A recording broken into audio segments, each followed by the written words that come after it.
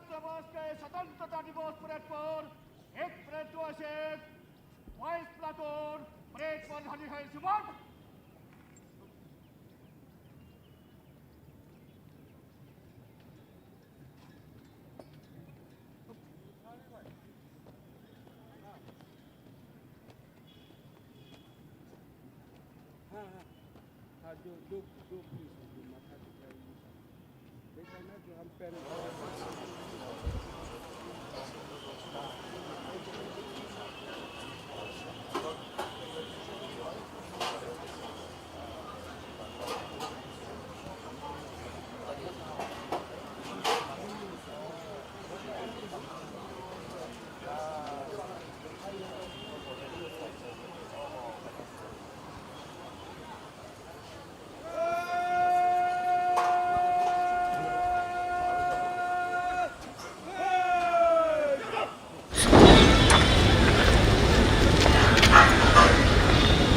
On the occasion of the 75th anniversary of our independence and 50 years of our statehood, ladies and gentlemen, we are proud to announce the participation of 22 marching contingents in this year's Independence Day celebrations. The first among the 22 participating contingents today is the contingent from the Assam Rifles. Raised in 1835 as Kachar Levy, Assam Rifles has a glorious history of 187 years. The force has taken active part in both the world wars, the war with China in 1962, the war with Pakistan in 1965 and 1971. The magnificent force, aptly called the Sentinels of the Northeast, have always been the first responders in all eventualities in the Northeast and have rightly been christened as Friends of the Northeast. The Assam Rifles marching contingent is led by Subedar Sunil Kumar Kimitwal. Lined up second among this year's marching contingents is the Border Security Force, which was raised on the 1st of December 1965. Called the Guardians of the Indian Borders and a first line of defense, the BSF proved its worth when it rose to the occasion in the year 1971 and participated in the Liberation War of Bangladesh. The BSF is the largest border guarding force in the world. Today's contingent of the BSF is being led by Sub-Inspector Rajkumar Bhati. Ladies and gentlemen, also adding grandeur to this year's Independence Day parade at number 3 is the contingent from the Central Reserve Police Force, which was raised in the year 1939 as Crown Representative Police. The CRPF is the largest and the oldest central armed police force in the world. This contingent is drawn from the 67 Battalion CRPF stationed in Shillong since 2007, and the Jawans today are being led by Sub-Inspector Anand Mehta. Also adding resplendence to the parade, we are glad to announce the next contingent from the District Executive Force of Meghalaya Police. The force has been working with great dedication in crime management, law and order maintenance, traffic regulation, counter-insurgency operations, and providing securities for VIPs. Leading the Shillong DEF contingent today is ABSI Dinesh Boro.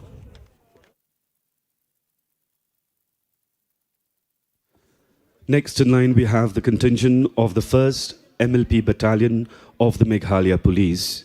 The Meghalaya Police contingent of 1st MLP Battalion Maoyong was raised in 1972 and since then has been working with great dedication and devotion to duty in serving the people of the state of Meghalaya.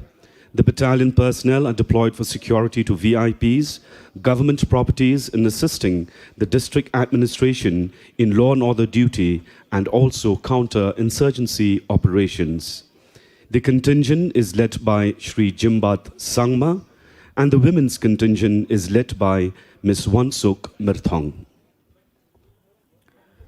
Meghalaya's multi-purpose Special Task Force or Special Force 10 Meghalaya Police was created by Government of Meghalaya Home Police Department with the main objective to specifically undertake others counter-insurgency operations and also to take charge of equally demanding situation of riot control and disaster management. The complete neutralization of Garo National Liberation Army, GNLA, and other military groups in the state bears testimony to the ardent efforts of the unit to bring about an end to militancy in the state and to usher renewed hope and aspirations for the general public. The contingent is led by ABSI Shanborlin Lingdo. Our next contingent in today's lineup is the NCC Boys and Girls Contingent. The 42nd Meghalaya Battalion NCC, which came into effect from the 1st of April 2020, was raised on the 15th of September 1954 as 8 Assam Signal Section NCC at Darang. It moved to Shillong on the 17th of July 1957, was redesignated as 1 Assam Signal Company NCC and thereafter as 42 Assam Signal Company NCC on the 1st of April 1969. The boys contingent of the NCC is led by Nasib R. Marak and the girls contingent is led by Badapkar Hai Nongsder. Bharat Scouts and Guides. The Bharat Scouts and Guides is an educational movement for young people founded in the year 1907 by Robert Baden-Powell. The mission is to educate young people to create a better world as active citizens. The movement worldwide is now standing at 40 million scouts and 10 million guides. This year, the combined contingent of scouts and guides is led by a scout, Josiah Nevin Nongrum, of H. Elias Memorial Higher Secondary School. Lined up first among the schools participating in this year's Independence Day celebrations is St. Edmund's Higher Secondary School, Latumkra, Shillong. St. Edmund's Higher Secondary School is a Christian brother institution that endeavors to create an environment where academic excellence is pursued and the development of one's personality and potential is encouraged through academics, sports, and co-curricular activities. The commander of the contingent from St. Edmund's is Kainat Jahan. St. Mary's Higher Secondary School, incepted in the year 1913, is managed and administered by the RNDM Missionary Sisters.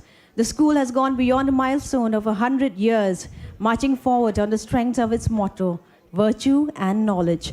It is led by Commander Median Kanayor and Lakantew S. Pakma. Lined up third among the schools is St. Anthony's Higher Secondary School, an educational institution of the Catholic Church belonging to and managed by the Salesians of Don Bosco. The school offers an education which values and nurtures the religious, spiritual, intellectual, moral, aesthetic, social, and physical growth of each student. The contingent is led by Pratik Kumar Roy. Next in line, we have Nongra Presbyterian Secondary School, an establishment of the Jayao Presbyterian Church, which came into being on the 10th February 1925 and has gradually progressed through the years, providing holistic education. It is led by Commander Sander Kermen Pingrop. Following the contingent of Nongra Presbyterian Secondary School is Holy Cross Higher Secondary School, Nongmin Song, which is a co-educational English medium school established in the year 1994. The school has secured 100% result in the SSLC examination in the year 2018, 2021 and 2022. The school activities are encircled with its principles, he who sees the invisible can do the impossible. The contingent is led by Anushka Thapa. Maungap District Christian Multipurpose Higher Secondary School was established on February 1986. The motto of the school is Light to Enlighten. Academically, the school performed well with 100% pass percentage in the SSLC examination 2022. It is led by Commander Mebadonbok Malngyang. Next in line, we have Unitarian Higher Secondary School, Puryang, under Maurangkaneng CNRD block. Unitarian Higher Secondary School, Puryang is a mission school under the sponsorship of the Unitarian Church, Puryang. The school, established since 1982, was upgraded to 10+2 level in 2015, and it endeavors to create an environment and development to encourage its students to become better citizens. The commander of the contingent is Meban Janai Nongrum. Next, we have St. Joseph's Girls Higher Secondary School, Jayao, which was founded in 1943 by the Congregation of the Sisters of Our Lady of the Mission, RNDM. The sole aim of the institution is to help the students form enlightened conscience and strong character, enabling them to assume their responsibilities in the family and society. It is led by Commander Napiwansuk El Maulong. Lined up ninth among the schools is Shulai Progressive Secondary School, Maulai Moro, which was established in the year 1992 with the mission to strive to unfold the child's overall development, to inculcate moral and ethical values, and to make them valuable citizens for the future. The contingent is led by Damankrao Kupar Kharlingdo. Next in line, we have Sevenset Higher Secondary School, which proudly proclaims its motto as, "The fear of the Lord is the beginning of wisdom." The school inculcates amongst its students a God-fearing life where they strive to grow in love and service of fellow students and the nation. It is led by Commander Master Cleric Jaden Wanyang. Next in line, we have the Meghalaya Police Public School, a co-educational school, which is a center of excellence in education, guided by the principles of its motto of truth and excellence, and with the mission statement to develop compassionate, responsible, and innovative citizens, leaders of tomorrow. The commander of the contingent is Simon Mouthhaw. And finally, ladies and gentlemen, the horse riding contingent of the Assam Rifles Public School. The brawny horses of the Assam Rifles Public School bring rare pride to the institution. Horse riding is a hobby particularly pursued by senior boys and girls from standards 9 to 12 under the guidance of trained horse riders deputed by the headquarters DGHAR. In the Independence Day celebrations of 2012, the ARPS horse riding contingent was awarded with a special prize for March Pass. ARPS horse riding girls contingent had also participated in the Independence Day parade of 2019 at the very same ground and received mementos and certificates of appreciation from the Deputy Commissioner of East Khasias District, and also 5 appreciation letters from the Chief Minister of Meghalaya. The contingent is under the command of Ms. Jonalyn Parkinsu on Joe Hukam, Ngawang Yang Chen on Desert Rose, Master Ryan Arif on Jackknife, Master Deepak Tiwari on Tornado, and Master Ashish Kumar on Pathfinder. Ladies and gentlemen, can we have a big round of applause for all the 22 marching contingents participating in this year's Independence Day Parade?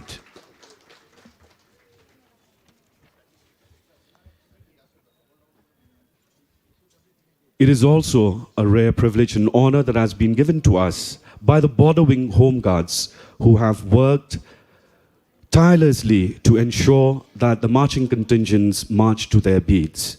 We have the Border Wing Home Guards Battalion Brass Band Platoon. The brass band of the Border Wing Home Guards Battalion was raised in the year 1983 and since then have been actively engaged in many functions across the state, both official and non-official. Being the only recognized brass band from the state, barring the armed forces and paramilitary forces, the Border Wing Home Guards Brass Band have been actively taking part in every function of national importance, including the Republic Day and the Independence Day parades. In addition, the band members are also engaged in law and order duties and in emergencies whenever the need arises. Members of the Brass Band have won medals and awards for their performance, devotion to duty, integrity, and discipline, notable among them being the President's Medal for Distinguished and Meritorious Services. The Home Guards Brass Band is being led by Havildar Prafulla Basumatari. Ladies and gentlemen, can we have a round of applause for the Border Wing Home Guards Brass Band?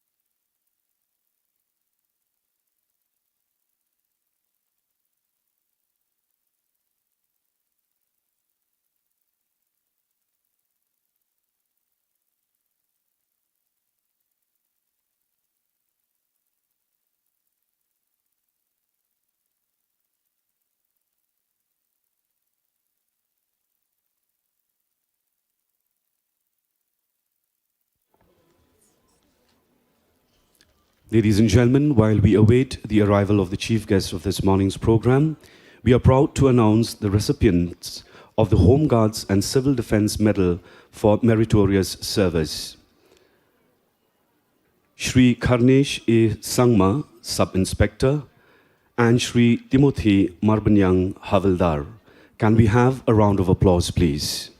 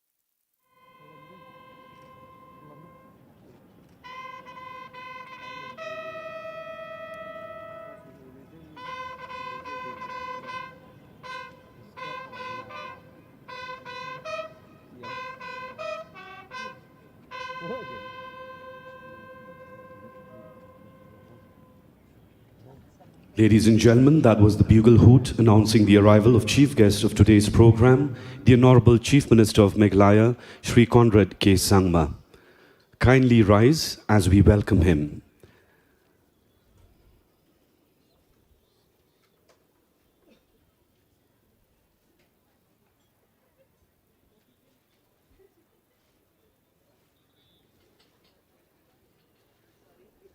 Receiving our chief guest is the Deputy Commissioner of East Khasi Hills District, Srimati Isa Wanda Lalu, the Superintendent of Police City, Shri Vivek Aim, along with the Chief Secretary to the Government of Meghalaya, Shri D.P. Walang, and Dr. L.R. Bishnoi, the Director General of Police.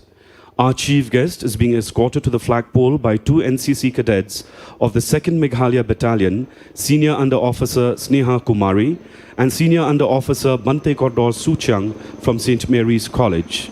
Ladies and gentlemen, kindly remain standing for the hoisting of the national flag, to be followed by the national anthem.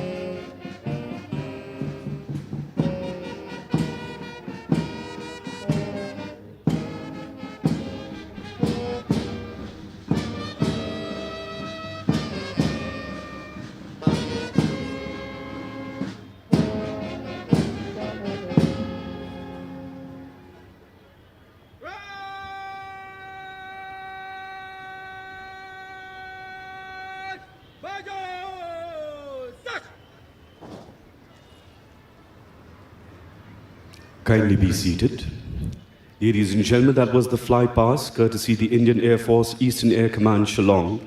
Steering the ALH Mark III roof helicopter, we had Squadron Leader Harish and Flight Lieutenant Arshia dropping 50 kgs of flower petals as a mark of respect to the national tricolour that has just been hoisted. The parade commander for today's parade is Ivan Benson Dingdor of the Meghalaya Police. Shri Ivan Benson Dingdor, MPS Parade Commander, was enlisted as Deputy Superintendent of Police in January 2015 and was first posted as Assistant Commandant of the 3rd MLP Battalion. He graduated from NEPA in the year 2015 and is an alumnus of St. Edmund's School Shillong and St. Anthony's College Shillong. He is currently posted as Assistant Commandant of SF-10 Meghalaya Shillong and attached to East Khasi Hills District Executive Force Shillong.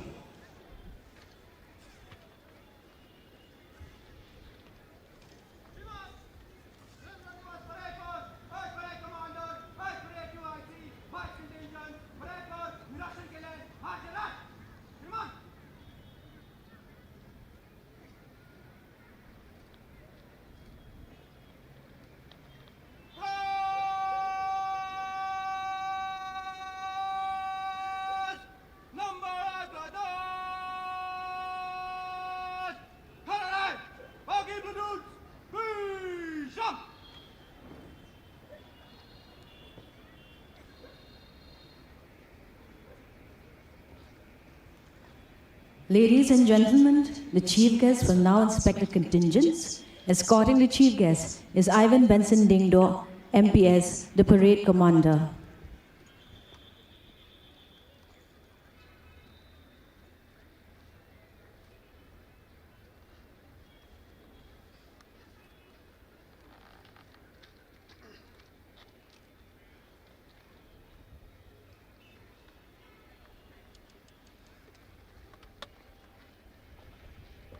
Ladies and gentlemen, the chief guest of this morning's program, the Honorable Chief Minister of Meghalaya, Shri Conrad K. Sangma.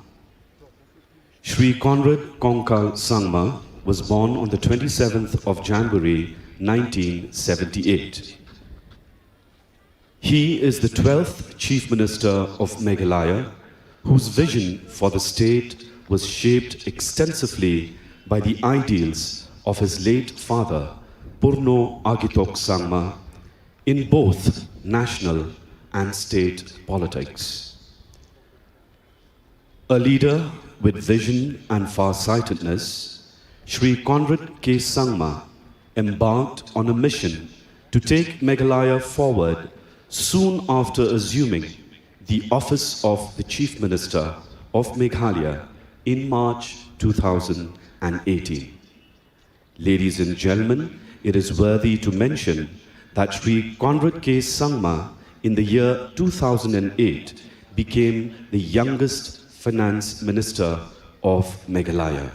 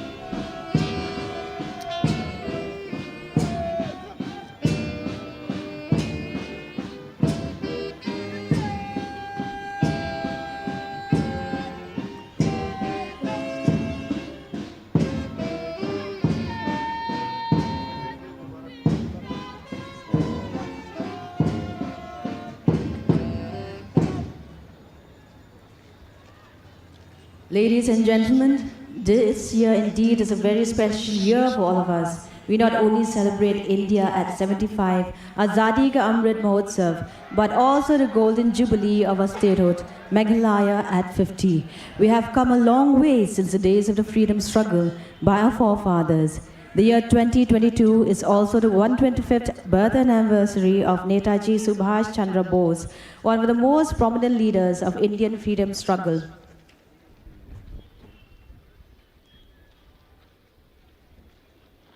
In all his messages, Netaji infused the importance of adhering to truth and justice. While infusing courage into the hearts of his army men, Netaji once said, and I quote, "When we stand, the Azad Hind Fauj has to be like a wall of granite. And when we march, the Azad Hind Fauj has to be like a steam roller," unquote. His motivating words to the soldiers are still very apt in this very age. And I quote, "Soldiers who always remain faithful to their nation, who are always prepared to sacrifice their lives, are invincible," unquote. On this very special day, we pay homage to all our freedom fighters and our unsung heroes who gave us our independence and also the state of Meghalaya.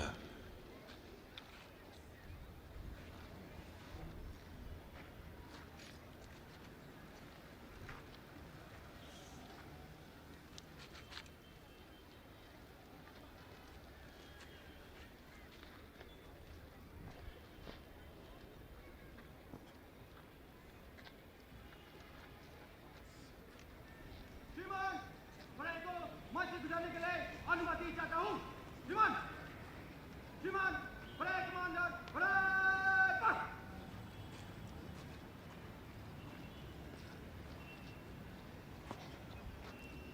The parade commander now takes leave of the chief guest to command the march past to begin shortly. The contingent will march to the tunes being played by the brass band drawn from the Border Wing Home Guards.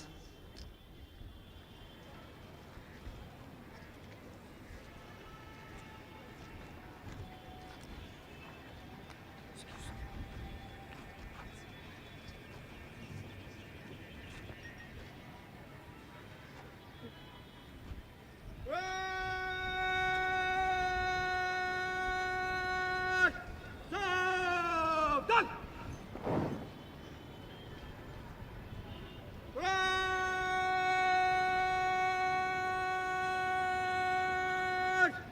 निगाह कलम में मन से गुजरेंगे number 1 platoon आगे निकला चल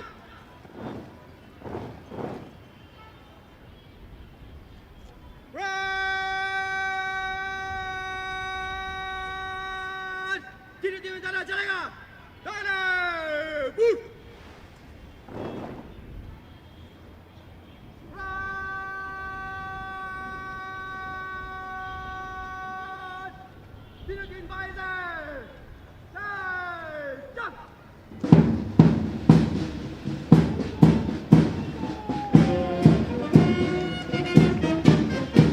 Ladies and gentlemen, it gives us immense pride to present to you the 22 marching contingents in this year's Independence Day celebrations. Leading the contingents is today's parade commander, Ivan Benson Dengdo of the Meghalaya Police Service, followed by the 2IC Inspector Rajan Bordloy, also of the Meghalaya Police.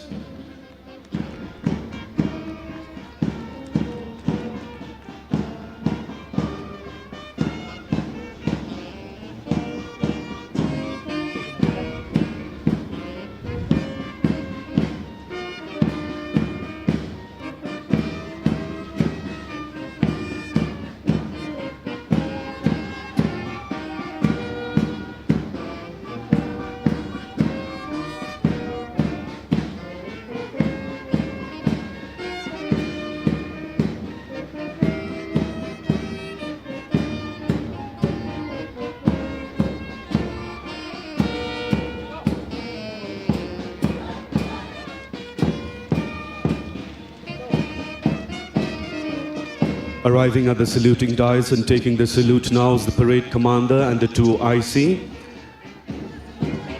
The first contingent to arrive at the saluting dais and to take the salute is the contingent of Assam Rifles, led by Subedar Sunil Kumar Kimithwal. Arriving at the saluting dais and to take the salute now is the contingent of the BSF, led by Sub-Inspector Raj Kumar Bhatti. Following the contingent of the BSF is now the contingent of the CRPF, led by Sub-Inspector Anand Mehta.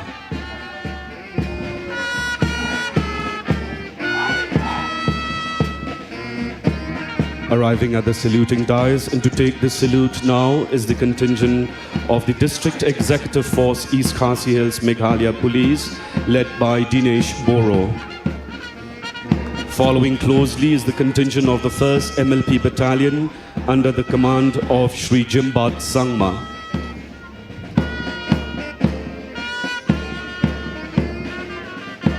Taking the salute now is the 1st MLP Battalion Women's Wing, led by its commander, Ms. Wansuk Mirthong.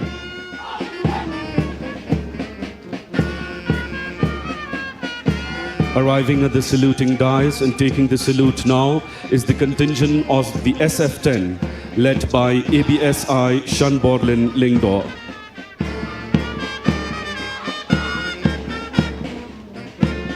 Taking the salute now is the NCC Boys contingent, led by Nasib R. Marak. Following closely behind the NCC Boys contingent and taking the salute now is the NCC Girls contingent, led by Badakkarhai Nongsdare. Arriving at the saluting dais and taking the salute now is the Bharat Scouts and Guides contingent, led by Josiah Nevin Nongrum.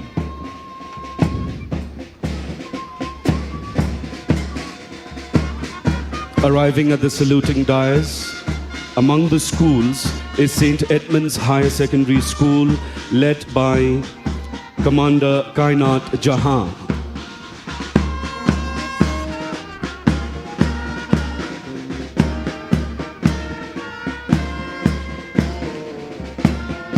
Following St. Edmund's Higher Secondary School and arriving at the saluting dais to take the salute is the contingent from St. Mary's Higher Secondary School, Shillong, led by Midian Karnayor and Lakanteo S. Pakma.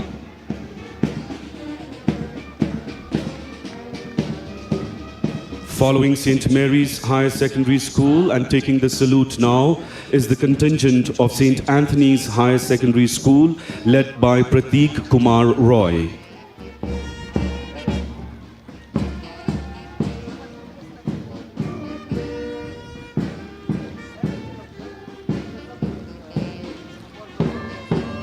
Following St. Anthony's Higher Secondary School and taking the salute now is Nongra Presbyterian Secondary School, led by Sanda Kermen Pengrop.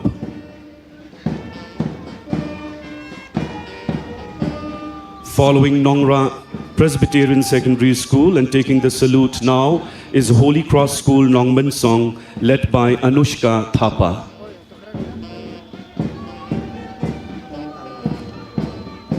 Ladies and gentlemen, it is a proud privilege to announce the participation of 2 rural schools in this year's Independence Day Parade. And arriving at the saluting dais is Maungap District Christian Multipurpose Higher Secondary School, led by Commander Meba Donbok Malanyang. Another rural school participating with us in this year's Independence Day Parade is the Unitarian Higher Secondary School, Puryang, under Mauringkaneng CNRD block, led by Commander Meban Janai Nongrum.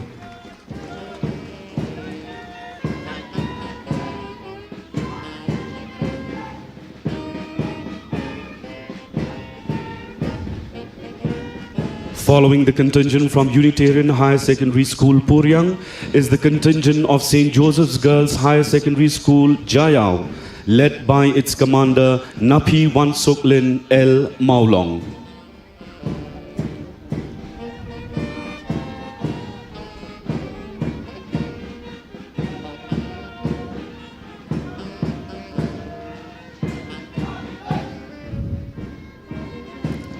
Following the contingent of St. Joseph's Girls Higher Secondary School is the contingent from Shulai Progressive Secondary School, Maulai Mauro, under the commander Daman Krau Karlingdo.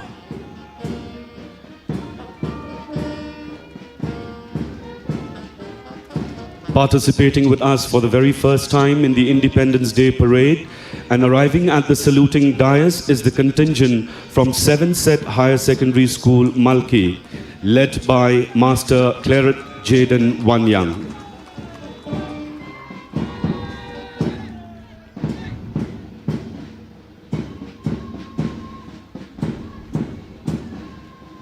Following the contingent of 7th Set Higher Secondary School and arriving at the saluting dais to take the salute is the contingent drawn from Meghalaya Police Public School, Maulai Mauro, under Simon Mauthaw.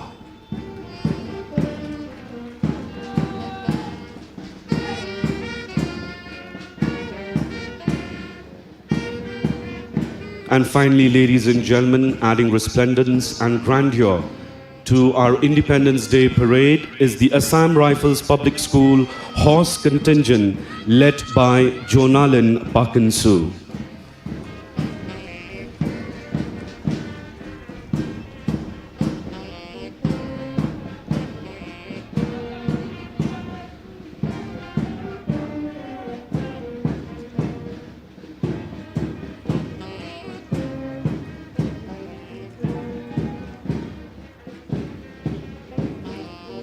Ladies and gentlemen, can we have a loud round of applause for the striking display of parade at the 75th Independence Day celebrations here in Shillong, the result of untiring efforts put in by the contingents and drill masters, braving the heat these past few days.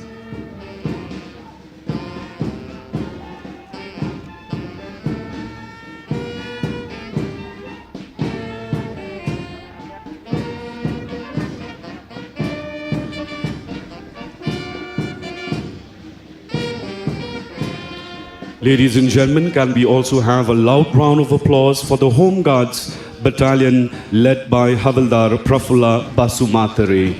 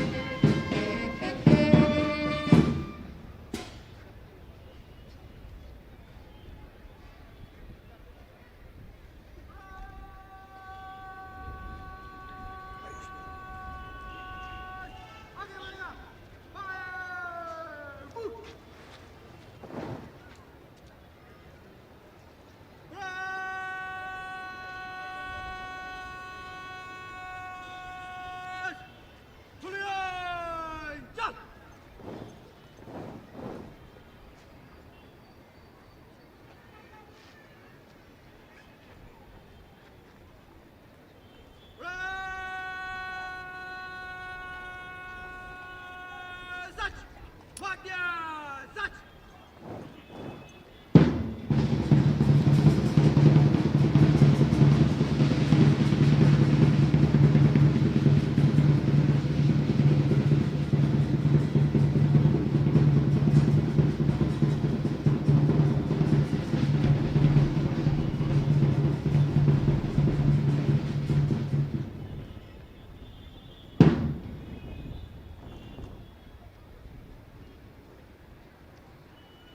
Raj!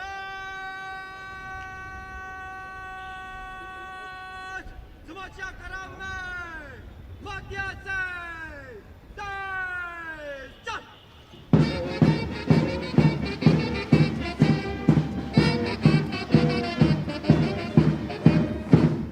Ladies and gentlemen, that was the Samiksha Kram, or the 14 steps forward.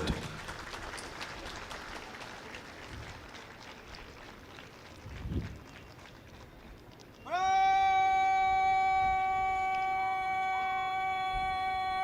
General salute! Salame! Sach!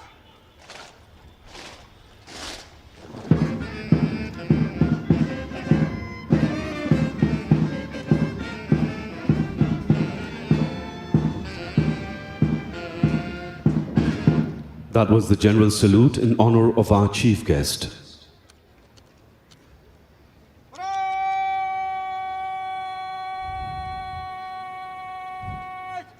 Bajo! Sach!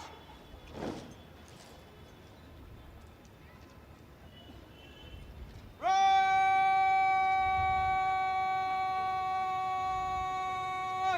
Vai! Stop!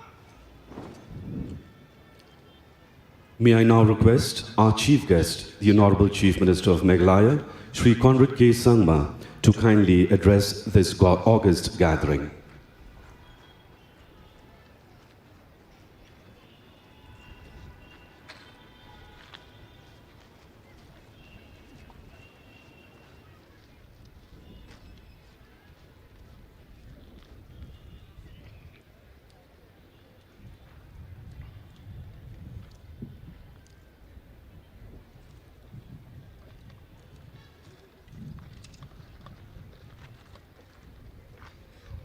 My fellow citizens,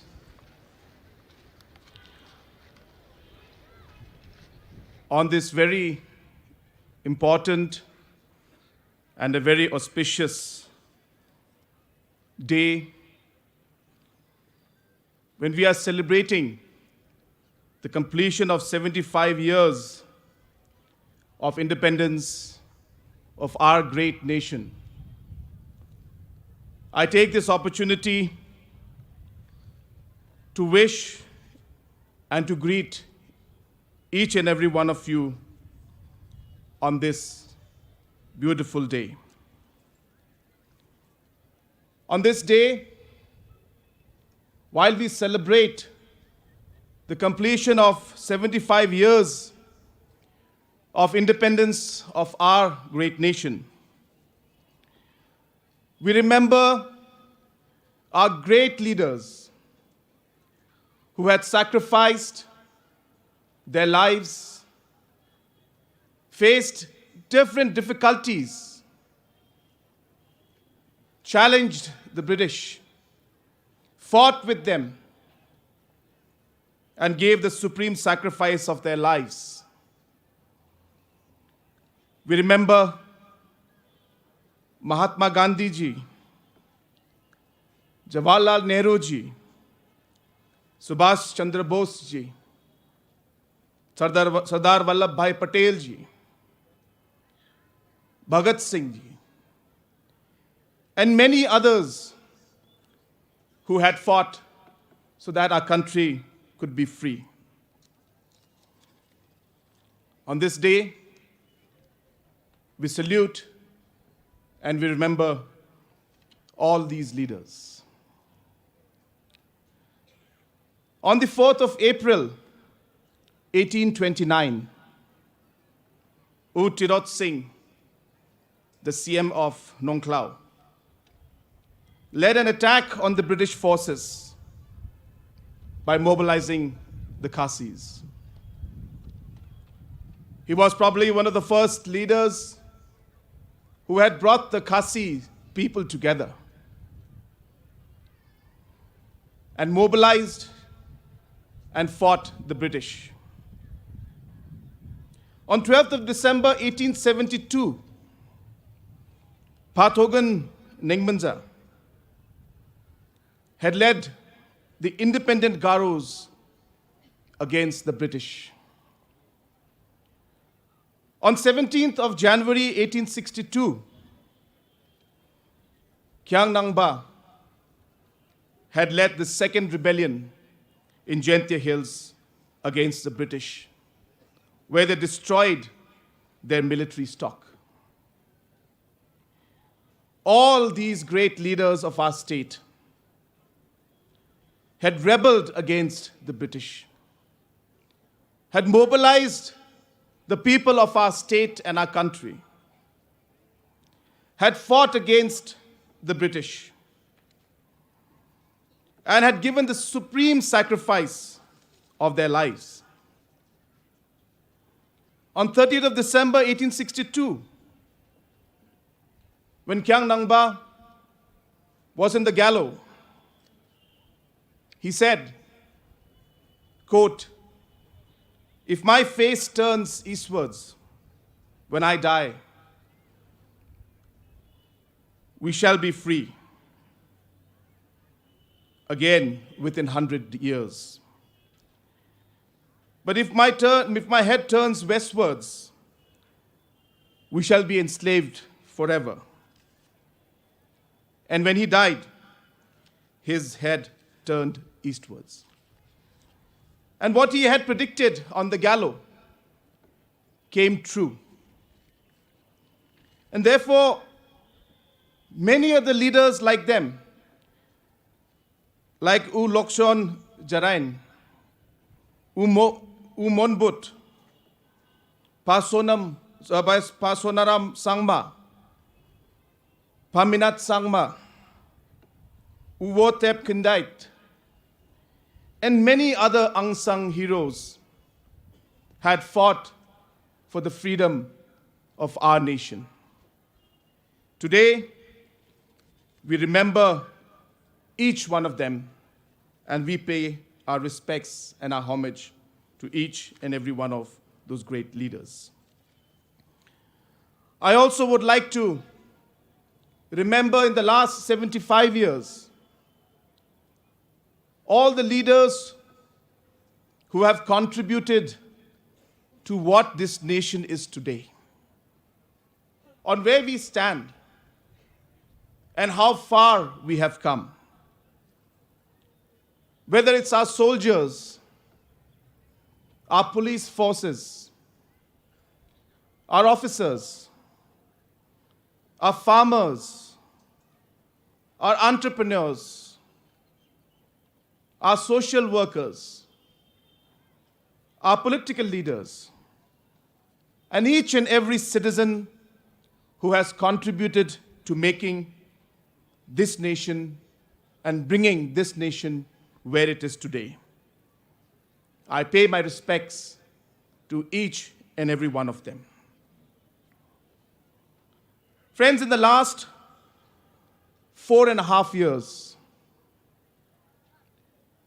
this government has been focusing on the people of our state.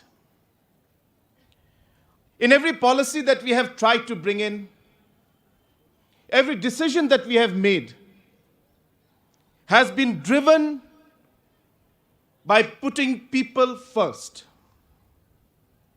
And I've always believed in the one thing that drives me in every decision that I make and every day when I wake up, which is to be able to make a positive difference in a person's life, no matter how small or how big it is. I keep telling all my colleagues, my officers, my team, and all the people that I meet, that there's a reason why we have been given this opportunity by God Almighty to be here and to serve the people of the state for the last 4.5 years.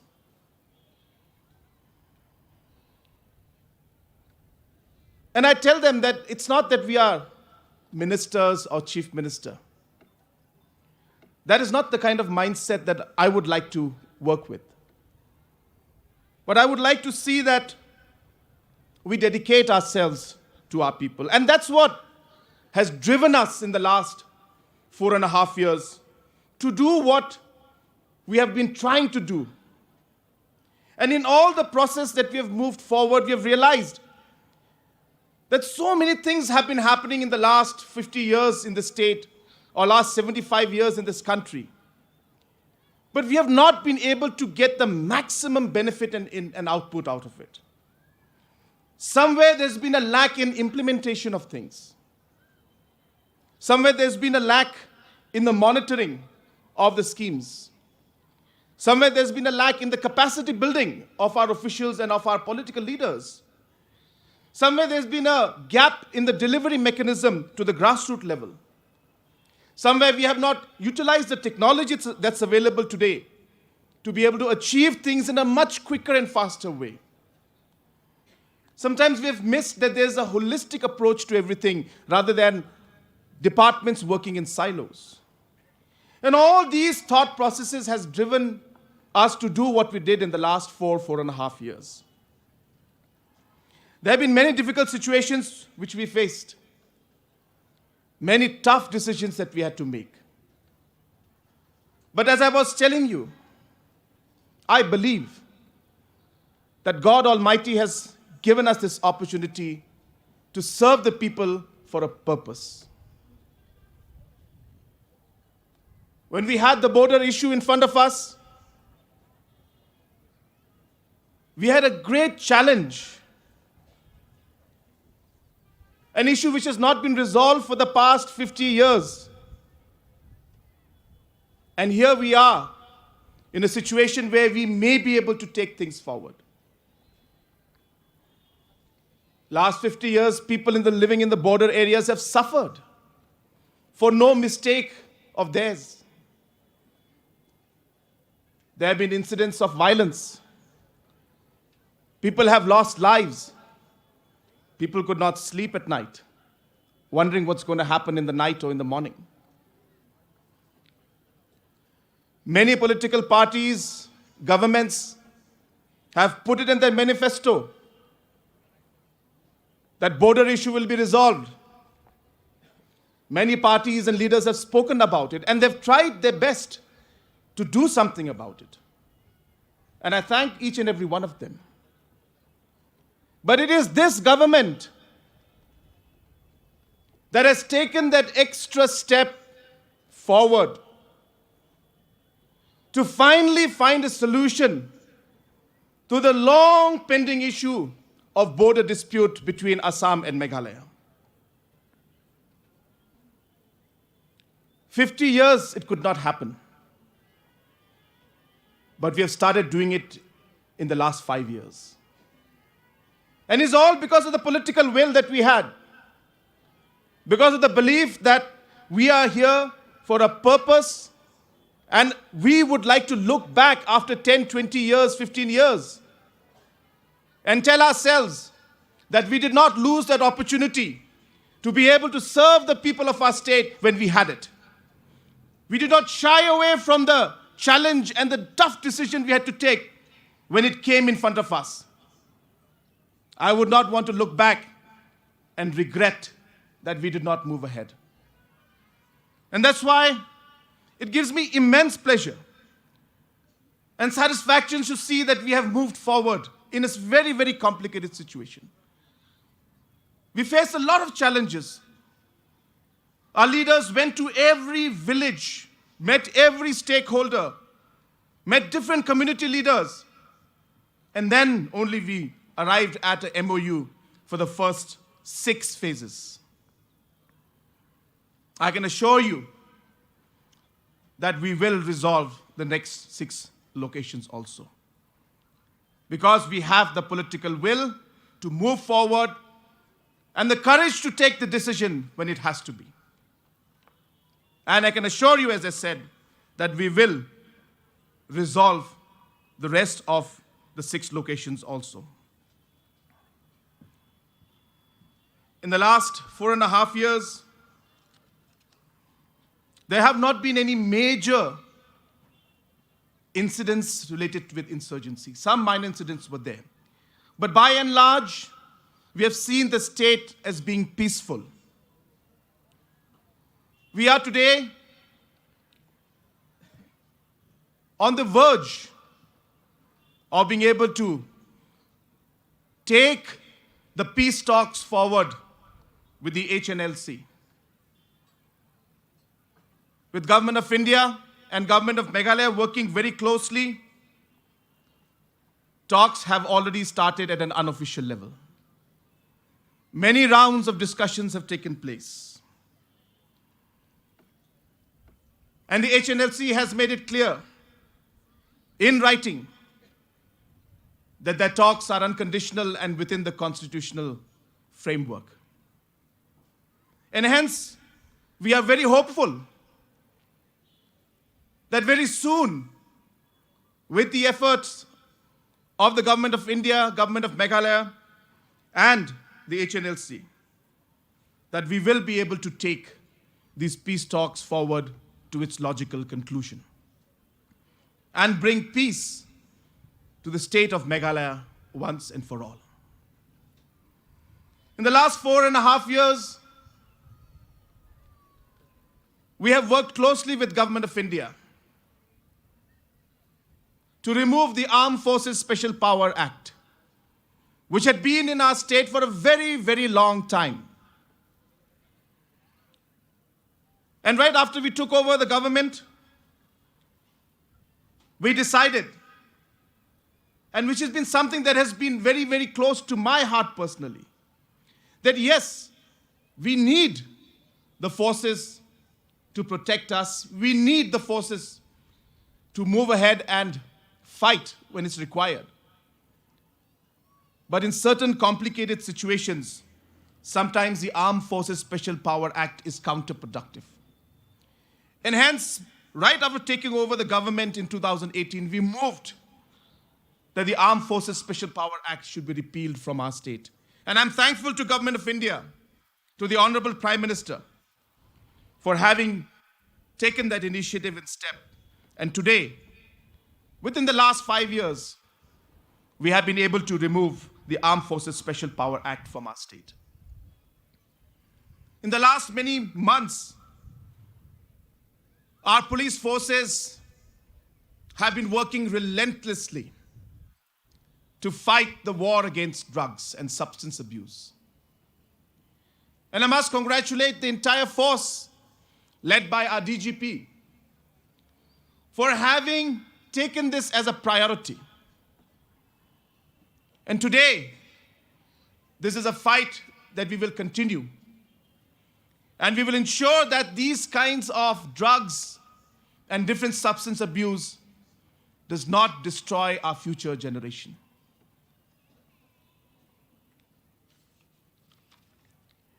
In the last 4.5 years, many different programs and policies were initiated by this government. In the 105 cabinet meetings that we had in the last 4.5 years, different policies, different rules, different decisions were taken. Some decisions which could not be resolved for last 30 years, 40 years. We had 3,000 plus employees who were working on regular posts, sanctioned posts. But they were not regularized because they had been appointed on an ad hoc basis. So they were in a limbo. They were in sanctioned posts, but they were not regularized. And because of that, many of them were suffering for many years because they were not getting the benefits of being regular employees. We took that decision. We decided that even though they were not appointed on a regular basis on a regular system and appointed on an ad hoc basis. It was against sanctioned posts. And this cabinet decided that we will regularize them.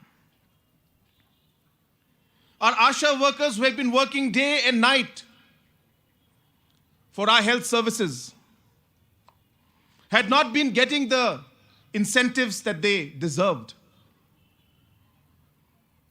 Between the year 2012 and 2018, 18 crores were released to them, whereas the dues were much, much higher. But it is in this government, in the last 4.5 years, that we released the rest of the 80 crores that were due to them. And a large percentage of it was before the time of this government, past dues. But realizing the importance of the ASHAs and the sacrifice they make at the grassroots, we cleared all the pending dues, including the ones which were there before this government took over. We always face challenges with SSA teachers. And we all know that SSA is a Government of India program. The managing committees of these SSA schools run these schools, and the teachers are appointed by them. It's not appointed by government. And Meghalaya government has to pay only 10% of the entire amount. But even then, realizing the challenges that the SSA teachers face, realizing that they are doing their duty, and even though Government of India is delaying the payments for whatever reason, we realize that the teachers should not suffer. And hence, even as close as a month back, even though we didn't get the funds from Government of India, we released the money from our own state budget to pay in advance 4 months of salary. And today, up to June, the salaries have been cleared, even though the funds from Government of India have not come. A large number of ad hoc teachers have been serving in different managing committees in different schools. Again, these are schools that are run by the ad hoc, by the managing committees, not by the government. The teachers are appointed by the managing committees. And yet, realizing that the amount of salary that these teachers are getting is less compared to the rest of the teachers, the government of Meghalaya decided that on an average, we will increase the salary by 40% for the ad hoc teachers. There were a large number of government teachers who had been appointed through proper process and proper system, about 2,446 of them. And yet they were not regularized for the last 30 years, almost. It is this government that decided that this cannot go on this way. For no fault of these teachers, they were in limbo again and were not regularized. It is this cabinet that decided that we should regularize them and take things forward. And hence there are many such areas that we have been working on, many sectors that are of great importance to us, many segments in the government that are of importance to us. And I would like to just share a few of the thoughts on this very, very momentous occasion. Our farmers make up almost 70% of our population, the farmers' families. And hence, if we want to see an economic growth within the economy of the state, if we are not able to help the farmers, we will not be able to take our state forward at all. And hence, a very comprehensive and a holistic approach to overall improving the farming sector was taken up. Many, many policies and programs were set up. The largest among them being a program called Focus. And through the Focus program, which is the largest farmer welfare program anywhere in the Northeast, and definitely in the history of our state, it is the largest farmer welfare program. And through this program, over 18,000 groups have been formed. Over 2.5 lakh farmer families have been involved. And over 120 crores of money has been sanctioned and dispersed to these farmers. This has been something that has made a huge difference in the farmers' lives. The Yara Plang Poultry Producer Group from Mautharashan, they received 75,000 rupees through the Focus program. They built up chicken coops and purchased chicken feed. And today, this group and the members who were struggling to get a daily income, today are able to sell their feed and sell their products on a weekly basis in the market and get income on a regular basis. The Bluebell Producer Group, which is a weaving group, they received 50,000 rupees from the Focus program. And using that money, they set up shop. They procured raw materials. And today, they are supplying their products to Tura and to Shillong, and their members are able to earn a livelihood. The Rangsakona Producer Group, the president, Alinush C.H. Mara, in his speech in Rangsakona was mentioning that they deal in black pepper, and they received 85,000 rupees through the Focus program. And after receiving 85,000 rupees, they distributed the seeds and different products among their group. After the group sold the product, they took back the money which they had given and took back additional amount.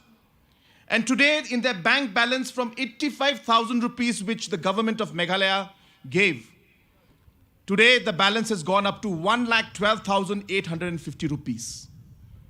It has increased by 30%.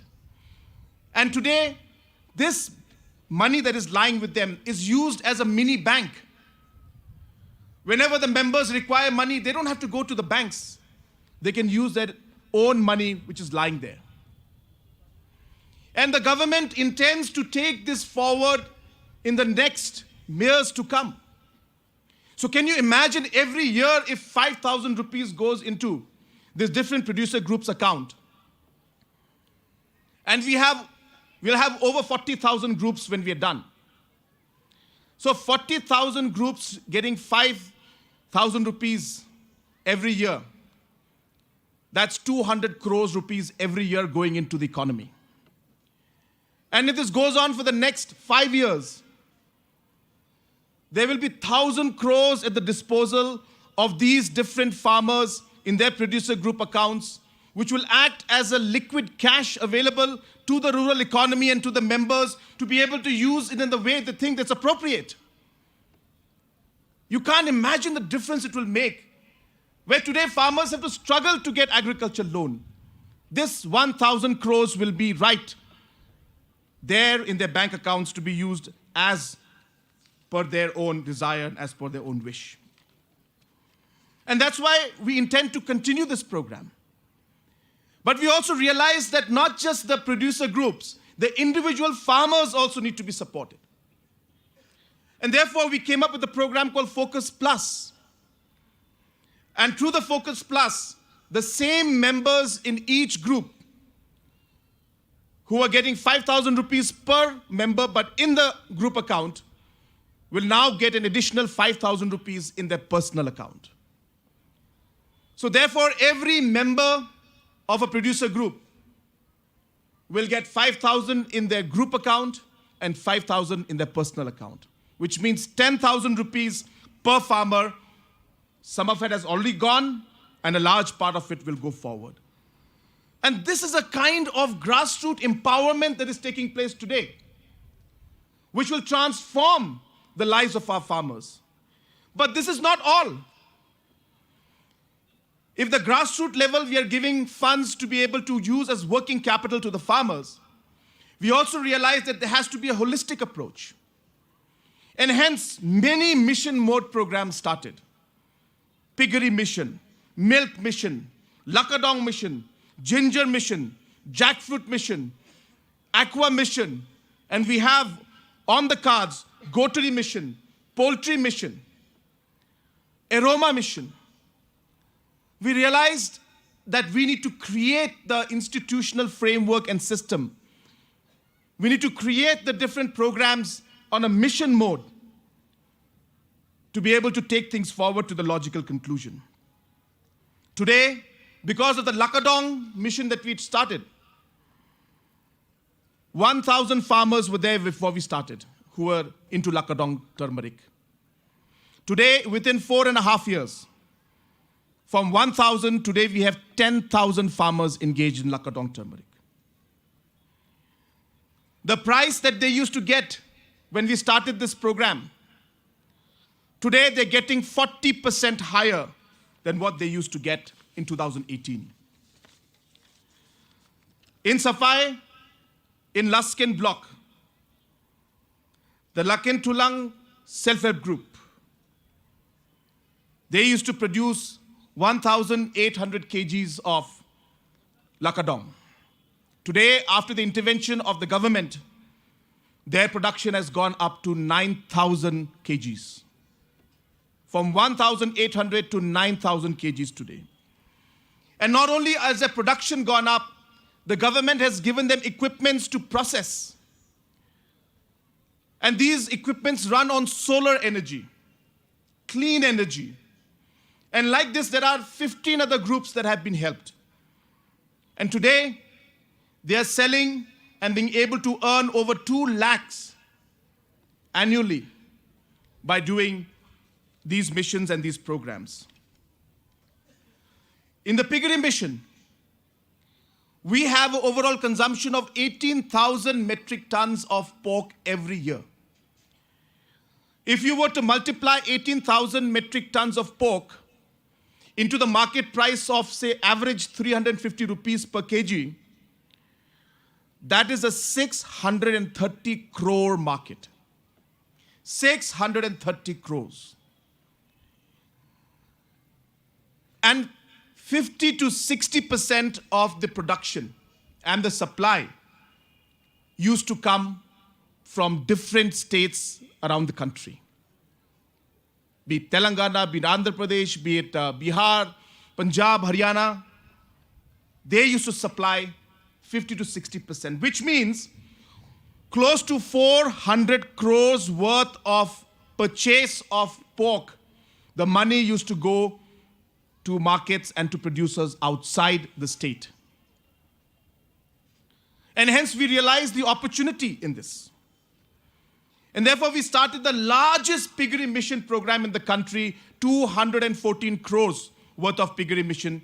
And along with that, we also started our own local state government program through which we are distributing piglets to different farmers around the state. And we expect that in the coming years, the people of the state will become self-reliant and self-sufficient in pork production. And we will be able to take advantage of this 630 crore annual market. And not only the local demand, but we will also be able to meet the demands for states within the Northeast and the rest of the country also. Similarly, we realized that Bangladesh is a huge market for goats. And therefore, we realized that the production is not enough. When today, from different parts of the world and different parts of India, supply of goat, mutton, goes to Bangladesh. Meghalaya shares a 443-kilometer border with Bangladesh. Why can't Meghalaya supply or be the main supplier for mutton and for goat to Bangladesh? And we will launch this program in a massive manner, especially in the border areas of our state, so that we can take advantage of this entire process that we have in mind. Another very important section of society for us has been our women folk. When I took over in 2018, one of the first things that struck me was a number of deaths in terms of maternal mortality. And I used to think to myself at that point in time that while the mother is giving birth and bringing life into this world, why should we have to lose one life when one life is coming in? Isn't that the most tragic thing that can happen? And hence we started off with this entire agenda and mission in our minds that not even one single mother should lose her life. It's not fair. So we started the process. We looked at institutional deliveries. We realized that it was very low in our state. And slowly we started improving the system, and we are far ahead now, almost doubled the amount. But then more importantly, we realized that maternal mortality is not just about institutional delivery. It's much bigger than that. It's about the health of the mother when she conceives. It's about the spacing of the birth of the 2 to 3 children that she may have. It is about, obviously, the physical infrastructure in the hospitals and the PHCs and CHCs and sub-centers. But it is much more and requires a holistic approach. And hence we realize that in order to be able to reduce the maternal mortality in the long run, we need to empower our women economically. And that's where this journey began for us. A very long journey with so many activities and different programs. We realized that apart from increasing the institutional deliveries, ensuring that the sub-centers and the hospitals and CHCs and PHCs had the facilities, we realized that we need to financially empower our women. And hence this long-drawn battle and journey started, where we started mobilizing the self-help groups for women. When we started off, there were 5,800 self-help groups in the state. And today, because of the passion with which the team has worked, I'm happy to tell you that we have increased the self-help group from 5,800 today to 41,000 groups in the state. Technically speaking, there is one woman from every rural family who's part of a self-help group. It's a big movement forward. A lot more to be done. But we have been able to create this institutional framework that will help us now bring in different programs and policies and be able to actually see it implemented. And through these different groups, close to 300 crores of money has been channelized and different livelihood programs have been created. This is real empowerment of women at the grassroots level. We also realized that 90% of the village employment councils used to be run by the male in the village. And females had very less participation, even though a large amount of development activities affected the women folk more.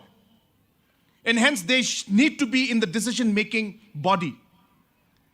So for the first time in the whole country, Meghalaya decided, we were the first state to decide, that 50% of the seats in the VEC's secretary post will be reserved for women. And today, from a mere 200 VECs which had women secretaries, In a matter of 3 years today, we have close to 3,000 women in the VEC secretaries, 50% of all the VECs in our state. This is the kind of grassroots empowerment that we want to give to our women. When we again looked at the pregnancy and the delivery and the overall maternal mortality rate, we realized it's not just PHCs, CHCs, there are a lot of logistical challenges that are there. For one, we realized that the ambulances and the vehicles at the grassroots level are not always enough to be able to provide that service at that particular second. I won't even say minute, I would say second, when the mother needs it. And hence we started the CM's Safe Motherhood Scheme, where private entrepreneurs who have vehicles are being engaged now in every PHC, CHC, being paid by the government of Meghalaya to provide the ambulance service at the last stop to these mothers who are pregnant, who need that ambulance service at that right very second. We also included another program called our homes for our mothers. And in these transit homes, we are bringing in mothers who have high risks, 15, 20, 30 days ahead of their expected date. We're providing them food and shelter and care. And in case situation arises, emergencies there, the Ashas or the A&Ms or the doctors are right there to be able to help them, to ensure that not only the child's life, but their life also is saved. So these are the kind of different programs and policies that we have made in order to ensure that our women folk are not left out in the overall growth story of our state. And we'll continue to ensure that more and more such policies and interventions are there to ensure that a priority is given to the needs of our women folk in our state. Another very important section of our society is the youth. It is the greatest strength of this state and of this country. The greatest strength. It's a force that you can't imagine. It's an asset that we have that no other nation has. Every other nation is an aging nation. Whereas India, Meghalaya, 70% of our population is below 35 years of age. What an asset. But the question is, what are we going to do about it? How are we going to use the asset for the productive growth and positive growth of this country? That is the question. And hence, it is important that the policymakers create the right policy to channelize this energy in the right direction, in a constructive force to build this nation. Because if we don't do it, the social evils, the substance abuse, different kind of distractions in our society today will make them one of the most destructive forces that this world has seen. And therefore, I believe in the youth of our state. I believe in the youth of our country. And I know that if we need to change and take our state and our country into the top states in the country and the top nations in the world, it will be the youth who will do it. We have a huge problem of unemployment. A lot of times people look towards government jobs. People look at going outside the state to find jobs. And we realize that it's not possible for the state government to create all the jobs that are required. Maybe some, but not all. And hence, until and unless the culture of entrepreneurship does not come in, we can't move forward. We need our entrepreneurs to be the job creators. We have the assets. We have the resources. We have the market. We need the policy. We need the people to make it happen and to bring all of these together to connect these dots. And hence we realized that an entrepreneurship ecosystem needs to be created in our state. So we started a Prime program, one of a kind in the state, in the country, and for the first time, of course, in Meghalaya, where we started picking entrepreneurs. We started supporting them. We started training them. We started giving them funds. We started connecting them to the banks. We started helping them in technology intervention. We started linking them to the markets. We started hand-holding them. And this has created a revolution, a silent revolution. Over 1,200 entrepreneurs today are within the Prime ecosystem. And I intend to bring it bigger and bigger and better. And today, our works have been acknowledged by Government of India, where they have awarded us as having the best ecosystem for entrepreneurship and for startups among the smaller states in the country. It's a testimony of the efforts that we have put in. And through this program, many, many youths have been affected and have been supported. Apart from this, we also realized that we want to take the youth forward, like in the farming sector, like for our women folk, we need a holistic approach. It cannot be just one angle or one policy or one scheme. And hence we realize that we need to create a complete youth. By that I mean a youth who is passionate about what he or she does. A youth that moves forward with a sense of purpose. A God-fearing youth. A patriotic youth. A youth who is aware about different social challenges that this country and the world faces, whether it's global warming, whether it's substance abuse, or any kind of different other social challenges that we may face. That is the kind of youth that we want. And hence, to develop that, you need many things to be done. Entrepreneurship is an opportunity for them to follow their dreams, follow their passion.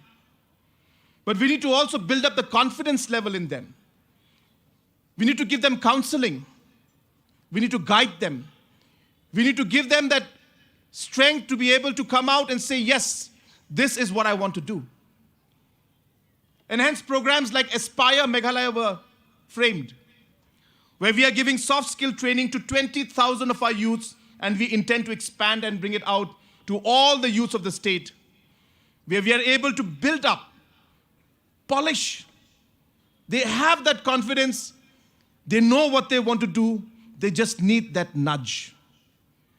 They just need that nudge. And through this Aspire program, we aspire to do that. In the different programs for the youth, we also realized that there's so much of talent in terms of sports. And yet, our sports persons and our youth never realized they had the talent. You look at the Commonwealth Games, or you look at any other games, you suddenly see these small nations in terms of population, I'm saying, or smaller nations compared to India, are suddenly getting gold, silver, bronze in the Olympics, and India is not able to do it.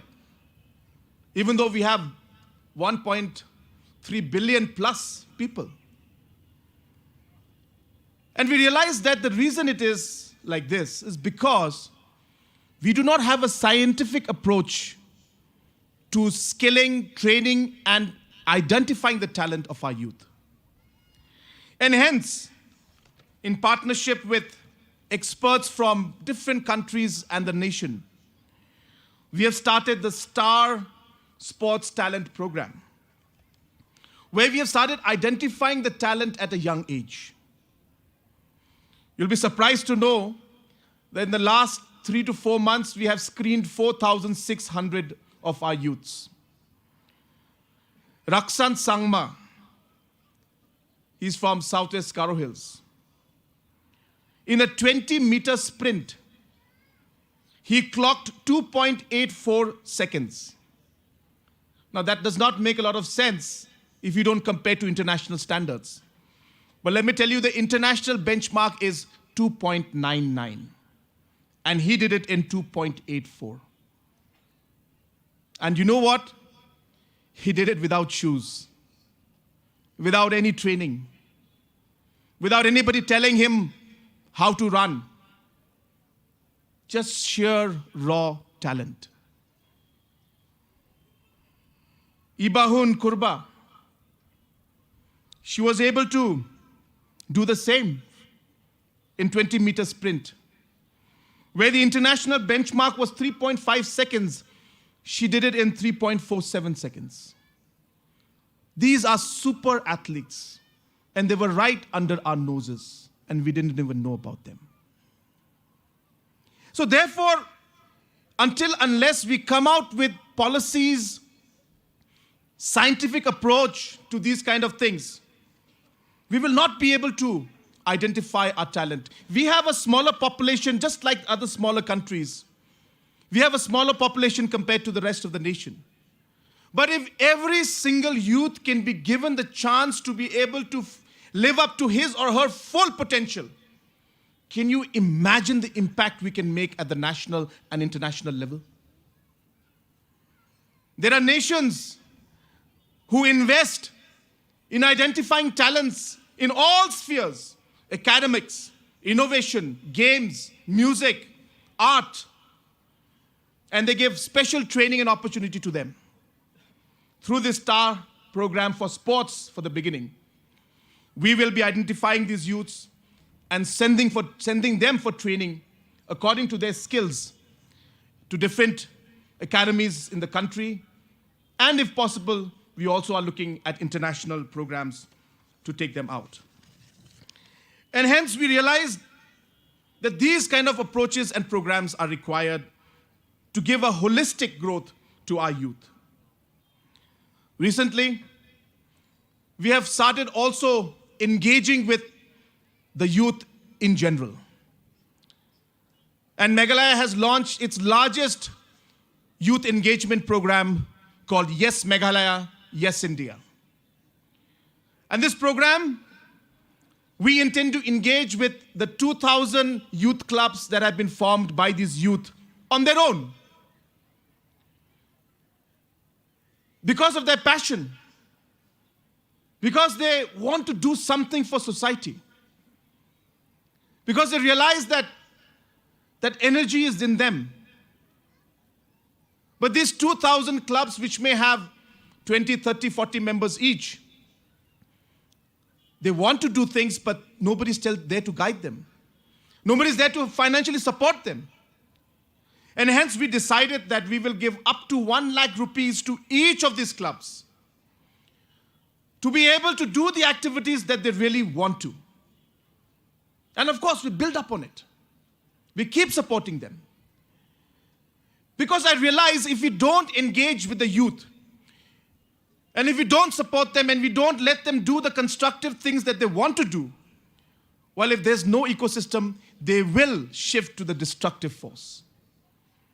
And hence, this is the best way to be able to create a strong youth force which will be positive-minded, passionate, with a sense of purpose, patriotic, God-fearing, and who will be constructive for the overall development of this state of ours. Apart from these different segments and sections of society, we also realize that infrastructure, finance, environment, tourism, these are important sectors in our economy. In the last 4.5 years, almost 12,000 crores worth of externally aided projects have been mobilized.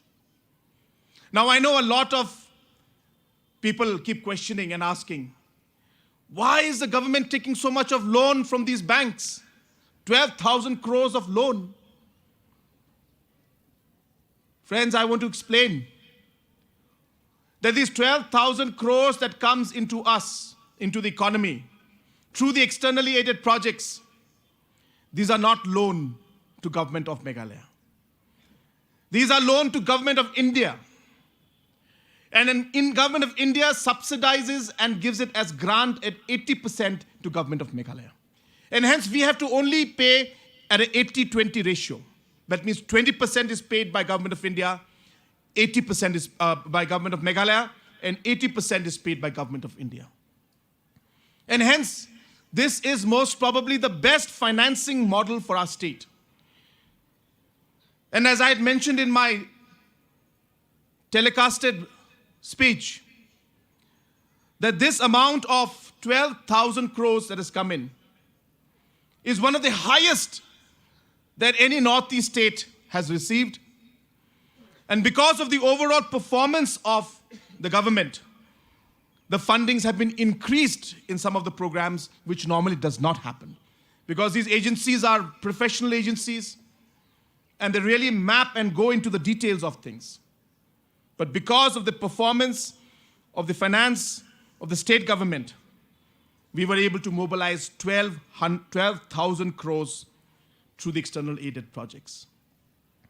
In terms of the centrally sponsored schemes, we are one of the best performing states when it comes to MGNREGA. Almost close to 14,000 rupees is given to per family in terms of the salary and the wage component that they get. Almost close to 1,500 crores is spent every year through MGNREGS. Under the Jal Jeevan Mission, we started off with just 1% of the households being tapped. Just 1%. That's 4,500 houses were tapped. We were the worst and at the bottom in the nation when this program started. At 1% only. And today, in a matter of a year and a half, 2 years, we have been able to touch almost close to 35 to 40%, and we are at 2.5 lakh houses have been connected today. From 4,500 today to 2,50,000 houses have been connected through the Jal Jeevan Mission. In fact, the government of India has mentioned that we are the second most improved state in terms of Jal Jeevan Mission in the country today. And in other centrally sponsored schemes also, the state government has done exceptionally well, whether it's PMGSY, MGNREGS, as I said, even Jal Jeevan, even in the different sectors of the infrastructure and centrally sponsored schemes, the state government has performed exceptionally well. When it comes to IT, technology has been one of the most important strategies, I should say, or sectors that we have focused on. And in information technology, we realized that if technology is used in the right manner, the entire governance structure can change and we can give better service to the people of our state. And different programs and policies were taken up for the first time. The Enterprise Architecture Program, where a blueprint of the entire governance was created. And through that program, I'm happy to inform you once again that the UN, the WSIS, is the wing of the UN on IT, had recognized the efforts of Meghalaya, and at an international forum, among all the states and countries in the world, the Meghalaya's IT program was given the best award, which I went personally to receive just a few months back. Again, a testimony of the kind of efforts, not just from Government of India, but from international organizations like the UN, have testified and certified that the IT programs being taken up by this government are truly transforming. In terms of our tourism sector, there are many areas where we are focusing on. I'm happy to inform you that within the month of September, the Taj Vivanta will be inaugurated. A few months later after that, maybe in about October to November, we also expect the Courtyard JW Marriott to be inaugurated. This again is an important testimony of the efforts that are being put in by this government to take things to the logical conclusion. I'm sure I don't have to remind how Crowborough has been a hotel that has been affected and delayed for a number of years. But through the continuous monitoring and continuous effort of this government, we will finally see the inauguration of Crowborough, and we'll be able to actually start using it for the overall tourism development of our state. Apart from these programs, many programs like our homestays, like vehicles being given to the different tourist guides, the youth especially, where we'll be giving luxury vehicles to them. Whether it's the different programs that we've taken up under NDB of over 700 crores to create infrastructure, to create different kind of important locations. All of these, the work has already started. Large number of projects are on way. And very soon, we will see a huge transformation in the overall infrastructure availability at the grassroots level for our tourism sector. And we expect that the tourism sector will add hugely to the overall income and the economy of our state in the medium term and in the long term also. Environment has been something that has been very important and close to my heart. And Meghalaya being a very ecologically sensitive zone, we realize that the balance between economics and ecology has to be maintained. Yes, we need to develop, but can it be done in a sustainable manner? Can it be done in a manner in which there is minimum impact at the grassroots level to the environment? The policies and programs and implementation have to be done from that angle. And I'm happy to inform you that while our state moves forward in an economic way, we are also ensuring that we leave no stone unturned to be able to give that importance to our environment. Be it the creation of reservoirs. We receive 63 billion cubic meters of rainfall every year. And out of these 63 billion cubic meters, 31 billion cubic meters flows to Assam, 31 billion cubic meters flows to Bangladesh. We are just left with one. Now my question is, can we figure out a mechanism through which we are able to slow the flow of the water or even store the water when we need it the most? And hence, a large-scale program where over 1,000 small, medium, and large-scale reservoirs will be created has been taken up. The money has been sanctioned, and we expect that in the next few months, the work for these reservoir creations will take place, and these will act not just as source of drinking water, but also for agriculture purpose, for tourism purpose, for fishery purpose, and for many other multi-purposes that we can imagine. And most importantly, as I said, it will act as a storage of water for the villagers as and when they need it. Payment for ecosystem services. A very unique program that this government has started to protect the catchment areas. Our lands being owned by the community. Sometimes it's difficult for the government to impose laws and force people not to do destructive things. But if we are able to partner with them, if we are able to stop them from destroying the forest and the catchment areas by working with them together, then shouldn't we? And hence, we came out with this program called Payment for Ecosystem Services, where we give 15,000 rupees per hectare to families that are in the catchment area to use it for different purposes, for creation of livelihood, for protection of that area, and to ensure that they don't destroy the forest and the catchment areas, and hence, in the long run, protect the catchment area that are there in the state.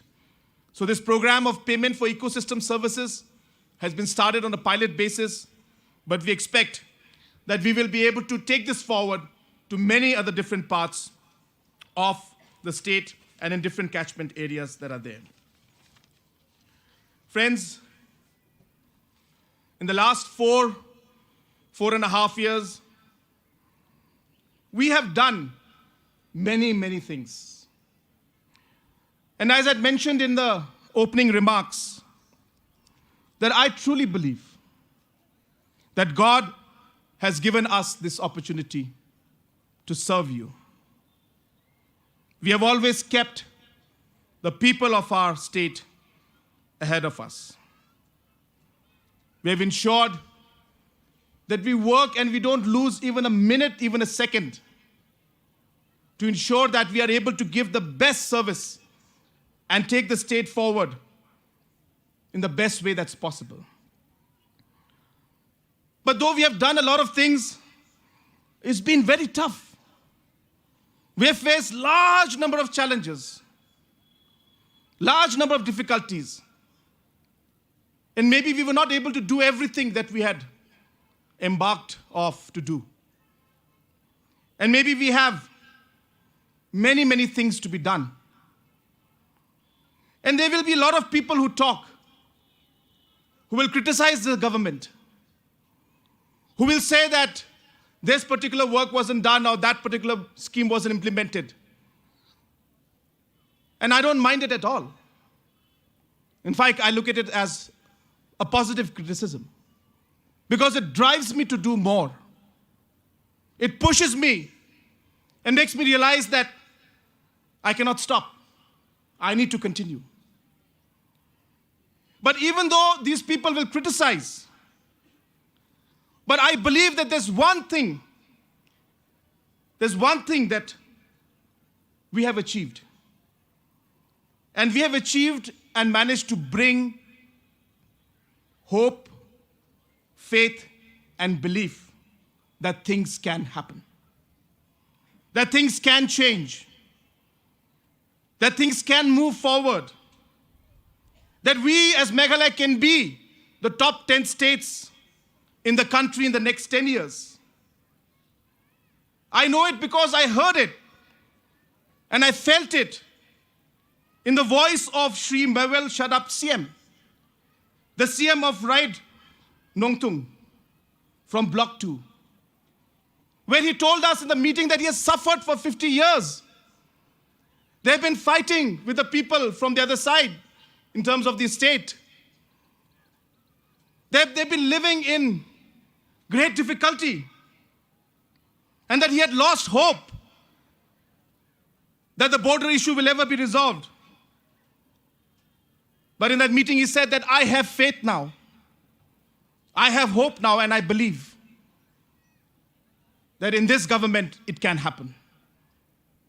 Because you did it in the first 6 areas, I know that you can do it. I saw, I heard, and I felt it in his voice, that faith that he had, that this government will do it. And let me tell Shri Mawel Shadap CM, that I assure you that this government will find a solution and will bring an end to the suffering of the people who are living in the border areas. I saw the belief and the faith and the hope in the eyes of Raksan Sangma, who managed to do better than the international benchmark when he sprinted. And that hope in his eyes, the twinkle in his eyes, was that he will win the Olympic medal for Meghalaya one day. That's the hope and the faith and the belief we managed to bring out in Raksan Sangma, that now he has a chance, that maybe one day, he will be able to win the Olympics for our state. I've seen it in the smiles of the farmers. Every time we go and give a check for Focus or Focus Plus, that smile in the farmers' face, the farmers' faces just reflects the faith and the belief that they have that things will be brighter tomorrow. I've seen it in the mother's eyes. Those who have been suffering during pregnancy, they know that they will have a much safer motherhood. I felt it when I speak to entrepreneurs and the youths. The belief that they have now, that there was a time that nobody would guide them or help them to start their business. But today they have a hope and a belief and a faith that they will be able to fulfill their dreams and their passions one day. And this government has given that belief. So therefore, there may be many things that we need to do. There may be many people who will criticize. But I'm happy that we have been able to achieve, to bring that little belief and faith and hope that things will get better under this government. And it is with this belief and hope that I move forward. It is with this belief and hope that I will work towards achieving the different dreams that we all have envisioned. But let me tell you, I can't do it alone. We have to work together. And for this to happen, we have to understand where we were. We have to realize where we are. And we need to plan on where we want to go. And we need to walk together hand in hand to be able to do that. We may have a lot of challenges and difficulties, but we have a lot of strength. Our strength is each one of you out here, our people. Our strength is our community. Our strength is our rich culture. Our strength is our resources. Our strength is our youth.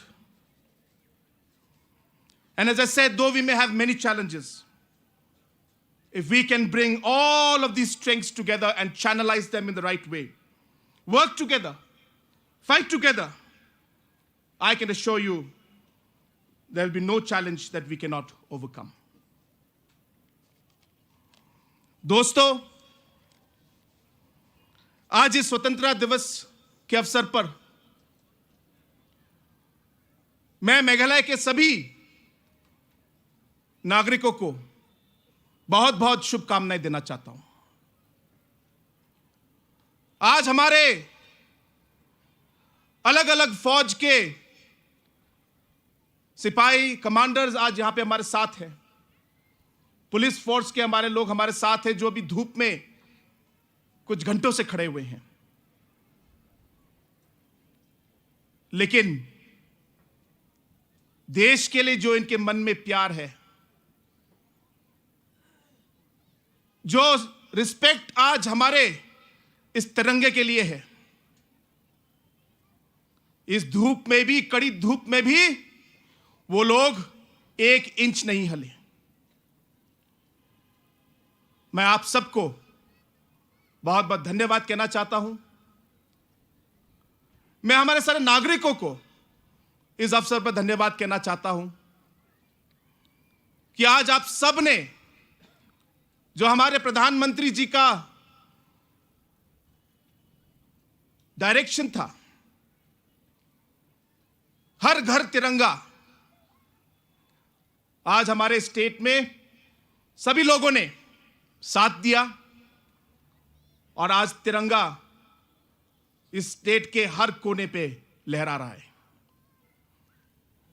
आज इस दिन में हमारे जो freedom fighters और हमारे leaders जिन्होंने कुर्बानियां दी, उन सभी को, और जो हमारे स्टेट के हमारे फ्रीडम फाइटर्स थे, उन्हें भी आज हम लोग याद करते हैं। और इस संकल्प से हम लोग आगे चलते हैं कि जो ये देश, जो आजाद देश हमें मिला, जिसको आज 75 साल में पिछले लीडरों ने, अलग अलग लोगों ने आज जो इस लेवल तक पहुंचाया है, आज हम लोग इस संकल्प से आगे चले कि हम इस देश को नंबर 1 देश में, पूरे दुनिया में सबसे आगे वाले, सबसे ऊंचा वाला स्टेट, नंबर 1 कंट्री, हम लोग उस लेवल तक हम लोग पहुंचाएं। इस संकल्प से हमें आगे बढ़ना है। और इस काम में ये किसी एक आदमी का काम नहीं है। 125 करोड़ हमारे जो देशवासी है, सबका ये रिस्पॉन्सिबिलिटी और काम है। और इस स्वतंत्रता दिवस के अवसर पर मैं एक बार फिर आप सबको बधाई देना चाहता हूं और आप सबको मैं यही कहना चाहता हूं कि जो भी हमारा आगे काम होगा, इस काम में हम देश को आगे रखें। देश के लिए हम लोग जो कुर्बानी देनी है हम दें और हमारे देश को हम लोग ऊंचा रखें और सबसे आगे वाले, सबसे ऊंचे वाले देश के लेवल तक, रैंक तक हम इसे पहुंचाएं। यही मेरी आप सबसे विनती है। और एक बार फिर इस स्वतंत्रता दिवस के अवसर पर आप सबको मेरे तरफ से बहुत बहुत शुभकामनाएं। So dear friends, with these few words, I once again take this opportunity to wish each and everyone on this great 75 years completion of our independence, which is a historic moment. But I end my speech by simply leaving one small thought in your mind. And that small thought is that after 25 years, when this country turns 100, where would you like to see India? What is it that you will do from your side as a citizen to help reach that goal that you have seen for the country? What sacrifice will you make to take this nation forward? That is the thought that you have to go out with. To the youth who are 15, 16, 17, 20, 25 years old, when the country will turn 100, you will be in your 50s. I would like you to look back at that time, because most of us will not be there. I would like you to look back at that time and say that, yes, I did this in the 75th year of India's celebration. And that is a resolution I took that year. And throughout my life, I have been able to live up to that resolution. And because of my contribution today, this nation and this country is also here, reaching to this level. I want you to think about it, look, think deep, and start acting on that resolution that you will take. Once again, I wish each and every citizen of this great country of ours a very, very happy Independence Day. May God bless each and every one of you. May God bless our beautiful nation, and may God bless our state of Meghalaya. Kublai Shibun, Mathila, and Jai Hind.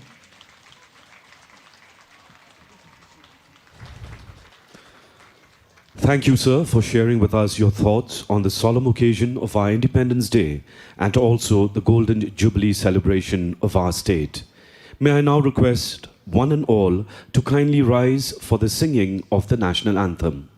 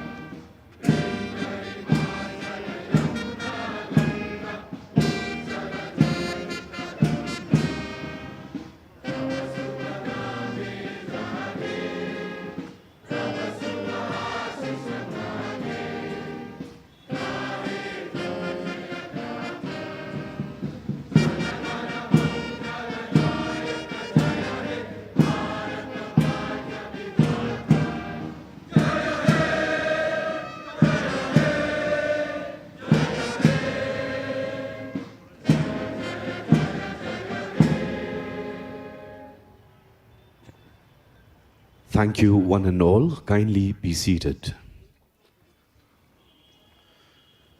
The parade commander now reports to the chief guest for anmati or consent to lead the parade out.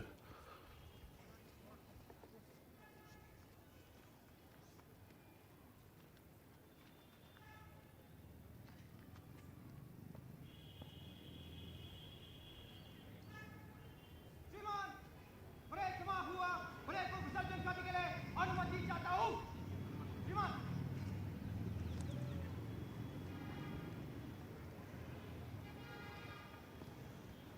Parade to ऐसी कूच का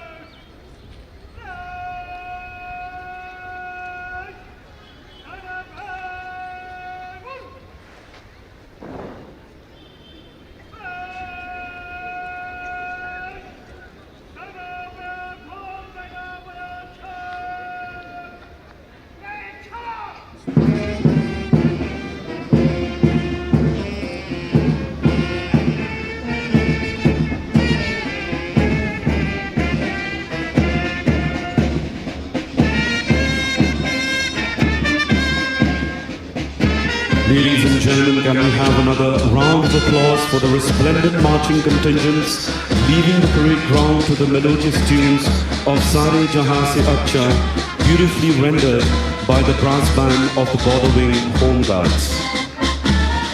At this juncture, we would like to place on record our gratitude to all the 22 contingents, the brass band platoon of the Border Wing Home Guards under the able command of Havildar Prafulla Basumatri, the drill masters Shiv Datta, Samay Singh Saini, Techi Rekha, Naveen Chandra, Sandeep Tiotia from the Assam Rifles, and also from the Meghalaya Police. And also a special mention to all the 3 buglers. Ladies and gentlemen, can we have a thunderous applause for all the contingents.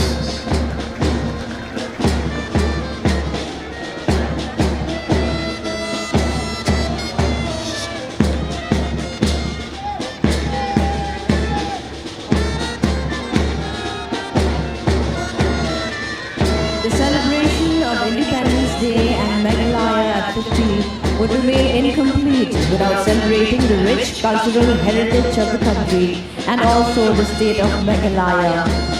To begin with, we have the students of JNV Moplam with a patriotic dance to the tunes of Chak De India. Jawahar Navodaya Vidyalaya Moplam is a co-educational institution under the Department of School Education and Literacy, Ministry of Education, Government of India. Established on 4th October 2005, it is a fully residential school having free fooding and lodging for ST, SC and girl candidates. Presently, 535 students from all over the East Khasi Hills district are studying in this school. Chak De India is the title song of the 2007 Hindi sports film Chak De India. It is sung by Sukhwinder Singh, Salim Merchant, Marian D. Cruz and was composed by the duo Salim Suleiman and lyrics penned by Jaideep Sarani. Chak De India means do something for the country. Ladies and gentlemen, please welcome the students of JNV Moplam with a loud round of applause.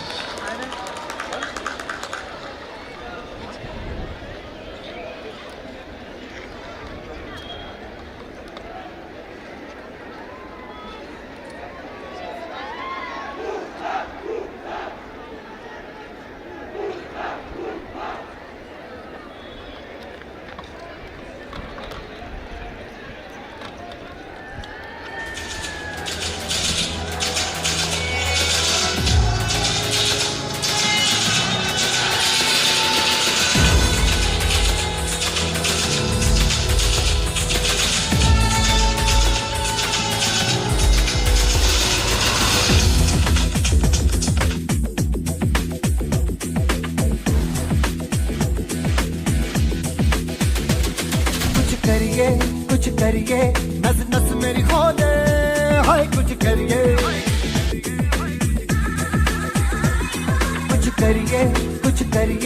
बस बस बड़ा बोले अब कुछ करिए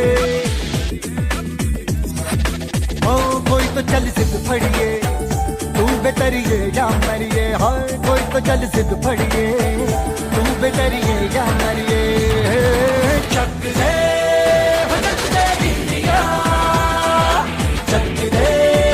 चक दे India चक दे इंडिया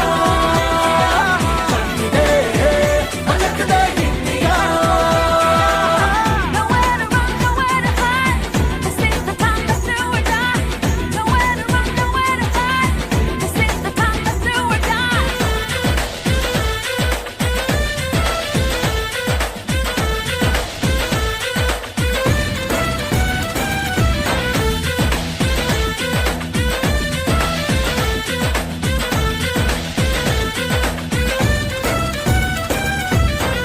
कूचों में गलियों में राशन की फलियों में बैलों में बीजों में ईदों में बीजों में रेतों के दानों में फिल्मों के गानों में सड़कों के गड्ढों में बातों के अड्डों में भूखा रवाज भर ले 10-12 बार कर ले रहना में यार पीछे कितना भी कोई खींचे टस है ना मस है जी जिद है तो जिद है जी किसना यूं ही पिसना यूं ही पिसना यूं ही बस करिए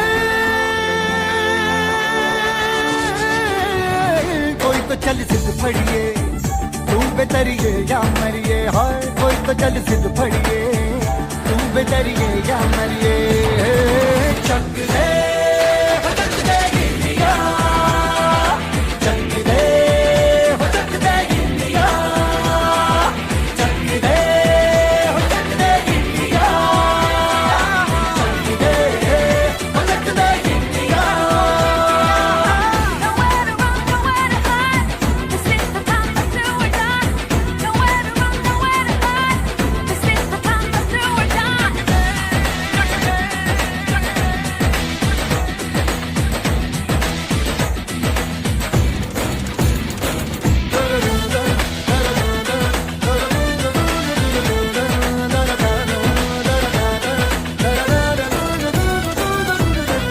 लड़ती पतंगों में भिड़ती उमंगों में खेलों के मेलों में पल खाती रेलों में गन्नों के मीठे में खद्दर में छींटे में ढूंढो तो मिल जाओगे कप्ता बोहीटों में रंग है समाज निखरे और खुल के आज बिखरे मन जाए ऐसी होती रग रग मचल के बोली दस है ना मस है जी जिद है तो जिद है जी किसना यूं ही पिसना यूं ही पिसना यूं ही बस करिए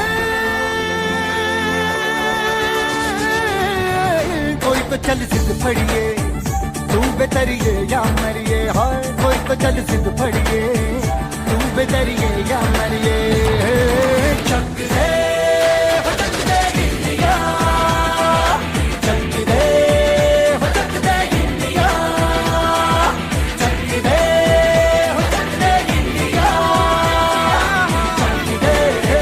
चक दे India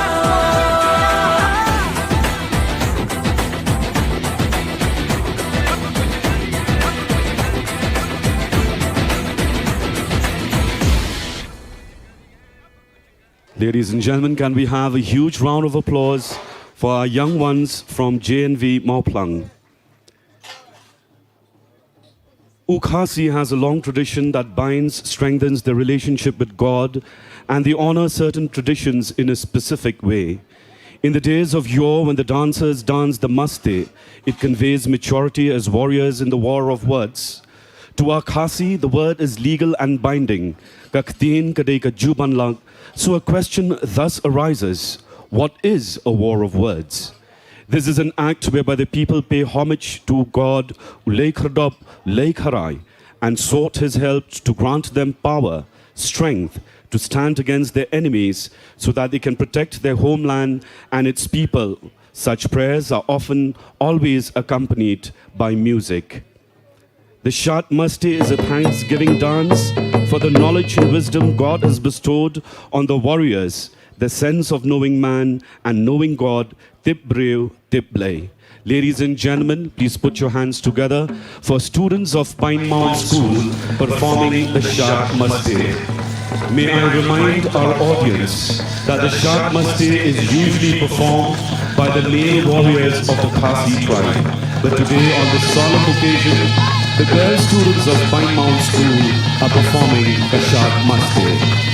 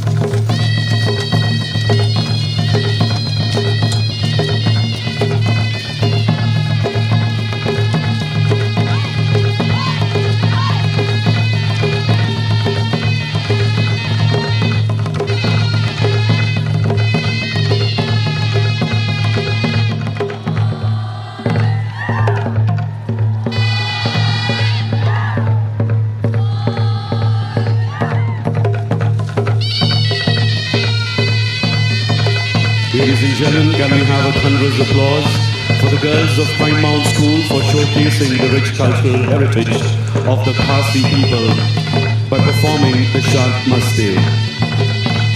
Ladies and gentlemen, we are privileged to announce the awardees of the President's Medal for Meritorious Service on the occasion of Independence Day 2022. Shri Lakador Singh MPS, Commander 6th MLP Battalion, Umroi, Ripoy District. Shri Bikram D. Marat, MPS, Superintendent of Police, West Jaintia Hills, Jowai, Meghalaya. Shri T.C. Chapo, MBS, Deputy Commandant 4th MLP Battalion, Vikaspuri Police Line, New Delhi, and Shri Dalvinson R. Marak, Armed Branch Inspector of 2nd MLP Battalion. We are also proud to announce the awardee of Union Home Minister's Medals for Excellence in Investigation for the year 2022, awarded to Shri Prakhatlang Suchiang, MPS, Deputy Superintendent of Police Crime, East Jaintia Hills, Period. Ladies and gentlemen, can we please have a huge round of applause for the recipients of the medals. We shall now have a performance display from the Meghalaya Police K9 Unit of CID Headquarters, Shillong. K9 Unit of Meghalaya Police is led by Inspector Sagar Sharma and Sub-Inspector Anthony Rinja, assisted by 18 handlers. K9 Unit has 12 numbers of dogs of Belgian Shepherd, Labrador and Cocker Spaniel breed and are posted in Eastern Range and Western Range. These dogs are regularly put on anti-sabotage check during VVIP visit, explosive detection, narcotics detection, and for tracking at the scene of crime. Their performances have been appreciated by many as they have been successful in a number of detections in crime scenes and narcotics detections. There will be 3 drills: parade and basic obedience, explosive detection drill, and a narcotics detection drill.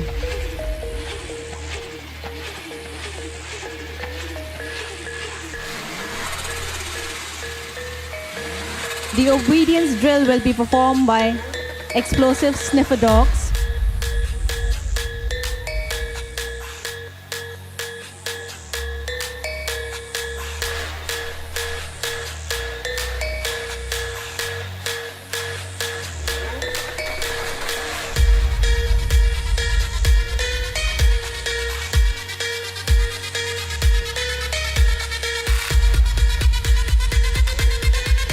Elsa with handler R. Marak and Daisy with handler M. Thank you. The handlers will be giving obedience command to the respective dogs to stand, salute, walk, handshake, high five, up and speak.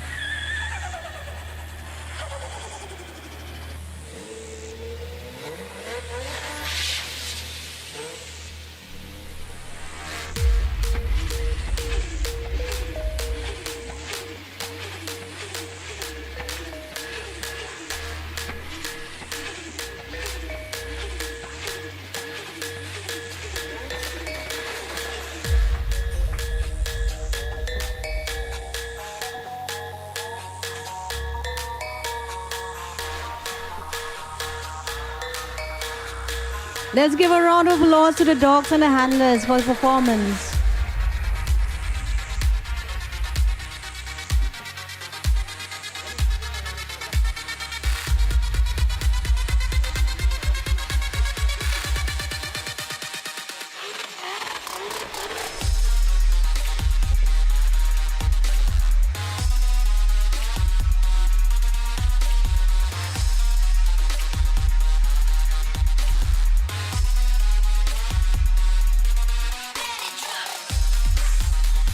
The explosive detection drill will be performed by explosive sniffer dog Daisy along with handler M. Thank you.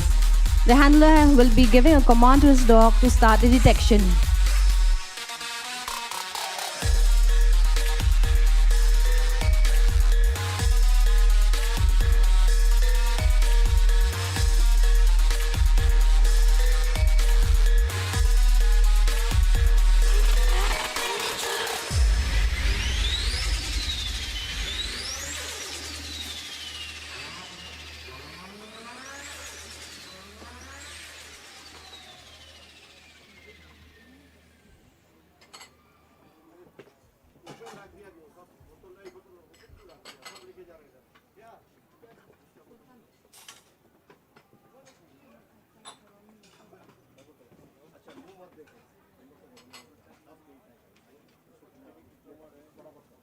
The dog signals that there is an explosive substance in the box. Handler is confirming the existence of an explosive. Yes, it is confirmed that the box contains explosive substances. Please give a round of applause to the dog and the handler.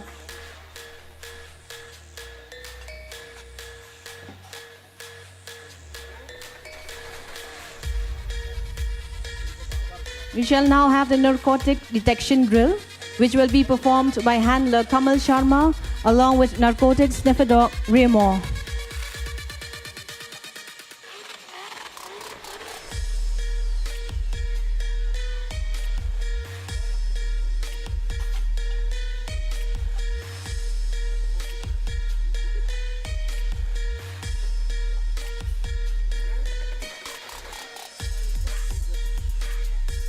It is suspected that drug peddlers have hidden some narcotic substances in the area.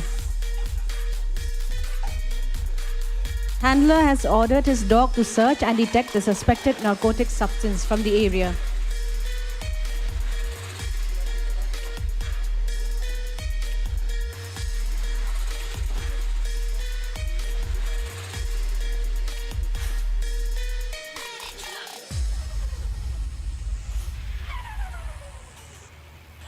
The dog has given a signal to his master. Handler is confirming the existence of narcotic substances. Yes, it is confirmed that the box contains narcotic substances. Please give a round of applause to the dog and the handler. We shall now have the obstacles drill, which will be performed by explosive sniffer dogs.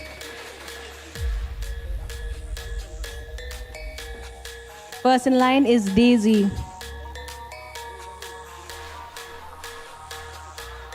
Round of applause for Daisy. Second is Elsa. A round of applause for Elsa, please. Third is Buff.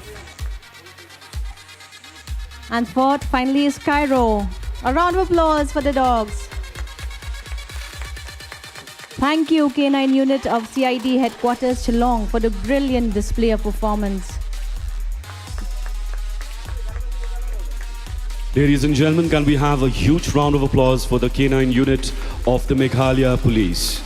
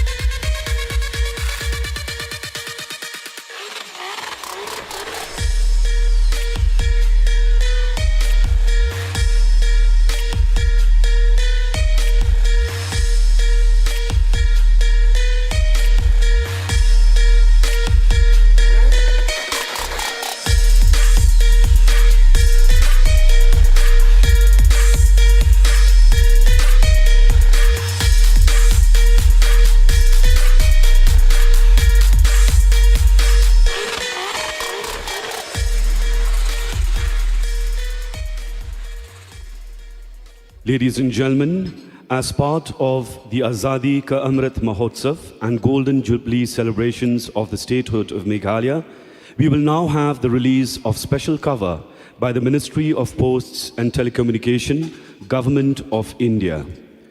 May I request the Honorable Chief Minister to kindly release the special cover, and I would also like to request Shri Surajit Das, Chief Postmaster General Northeastern Region, to join the Honorable Chief Guest for the release of the special cover. May I also request the Honorable Chief Secretary and Director General of Police Meghalaya to join the Honorable Chief Guest on the dais for the release of the special cover.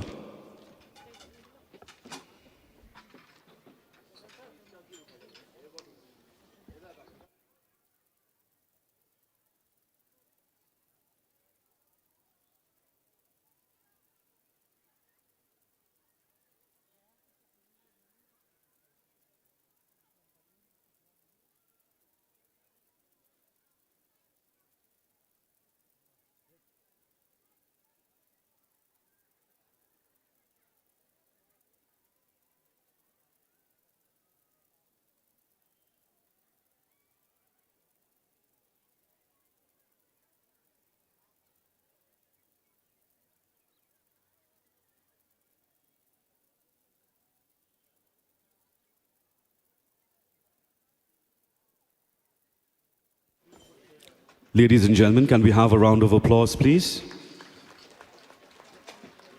As part of the Golden Jubilee celebrations of the state of Meghalaya, the Tourism Department of the Meghalaya government has organized locality beautification program, which has witnessed the enthusiastic participation of several localities of Shillong, Jowai, and Tura. The competition sought to bring about a facelift to our urban spaces through mobilizing communities and releasing catalytic funds directly to them. In Shillong, the competition saw enthusiastic participation, and it has brought about a visible transformation, rejuvenating and beautifying many urban areas. After an exhaustive and detailed method of scrutiny by an expert panel of judges, combined with online voting open to the public, we are proud to announce our winners. The third prize for the best locality goes to Jail Road Welfare Committee.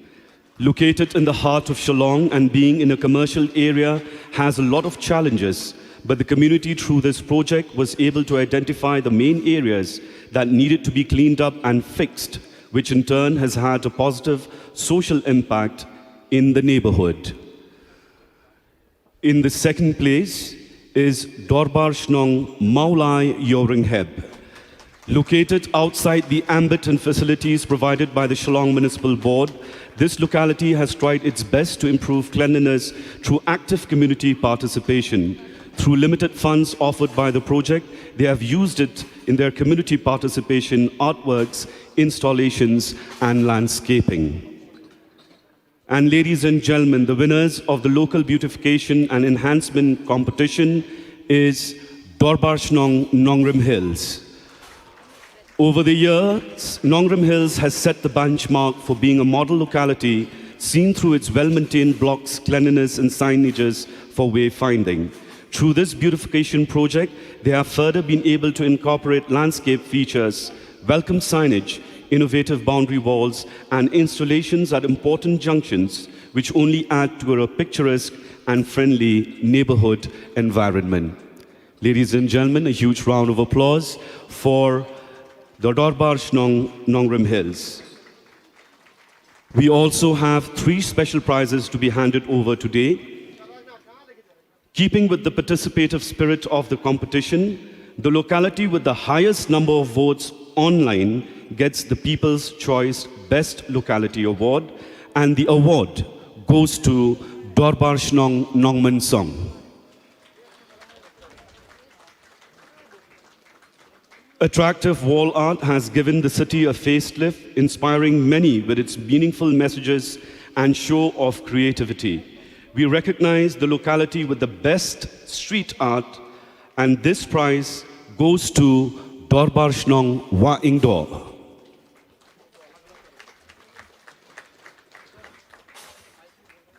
The locality with the single most inspiring piece of wall art is also recognized today.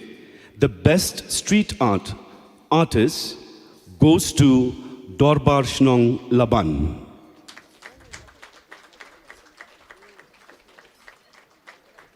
Ladies and gentlemen, that is not all. We will be announcing more than a dozen special prizes on the website soon. Congratulations to all the winners.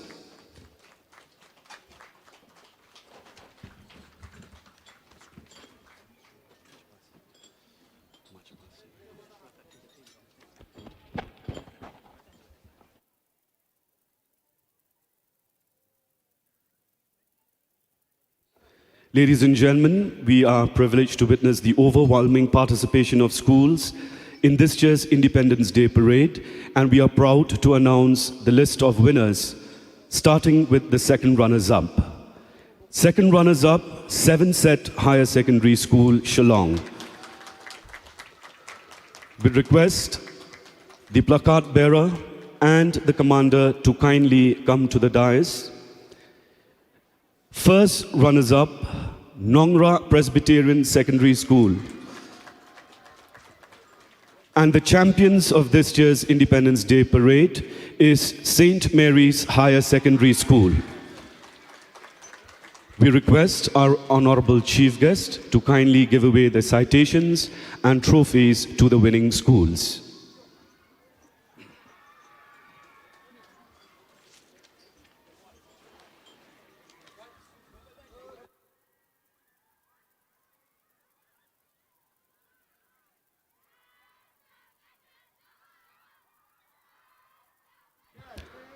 Second runners-up in the third place, 7 Set Higher Secondary School. First runners-up, the second place, Nongra Presbyterian Secondary School. And champions in this year's Independence Day Parade, St. Mary's Higher Secondary School.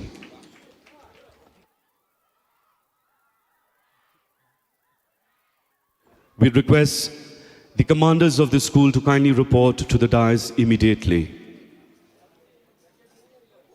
The commanders of these three schools, 7 Set, Nongra Presbyterian Secondary School, and St. Mary's Higher Secondary School, kindly proceed to the dais to receive your awards.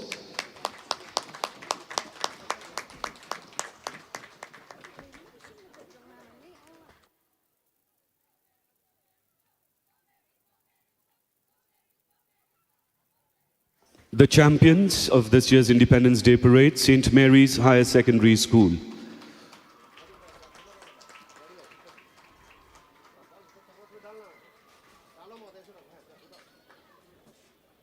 First runners-up, and in the second place, Nongra Presbyterian Secondary School.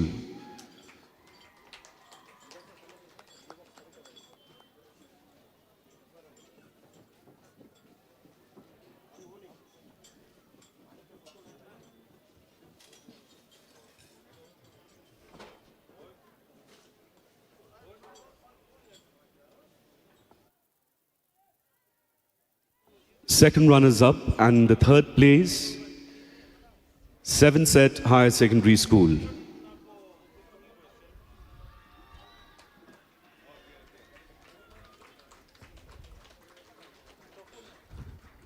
Ladies and gentlemen, can we have a huge round of applause for the winners and for all the participating schools, especially the two schools that have joined us from Mauplang CNRD block and Maurinkaneng CNRD block in this year's Independence Day Parade. We shall now have another cultural item, performance by Khmer Creative Society. Khmer Creative Society is a registered society based in Meghalaya. The society was started in the year 2011. The motto of the group is nurturing talent, skills, and creativity. The group aims to promote local talents in the state in the different fields of creative arts like music and painting, with the incorporation of the rich culture and tradition of the state. The group was formed in the year 2011. The objective is to promote the traditional music of a state blended with a fusion of contemporary music. The group participated in different shows and competitions in different parts of India. They have also produced a music video album by the name Khmer in 2012 and in 2015, a Christmas music video album which also features the renowned Shillong Chamber Choir. Ladies and gentlemen, please put your hands together for Khmer Creative Society.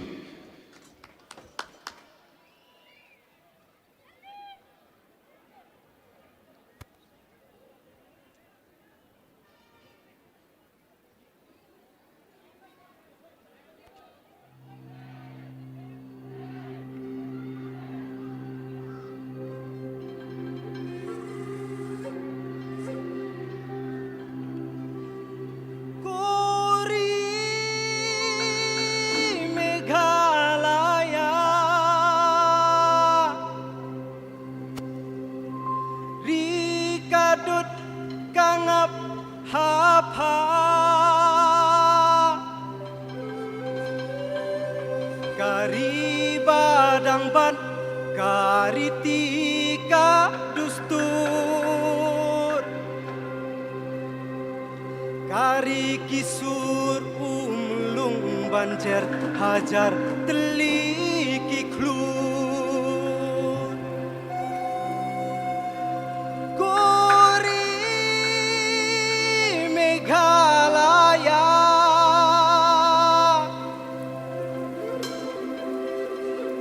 sertap kilo kabneng tengku hapa,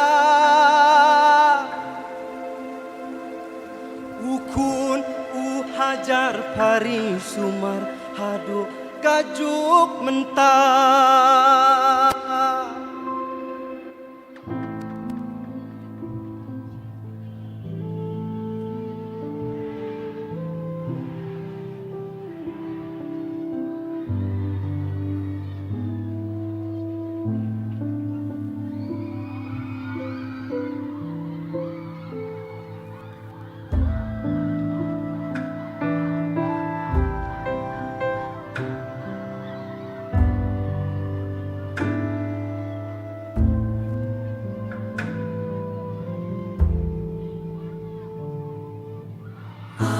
Amanu banudin balam yagi Shakitai, shakitai kumuklur jong pi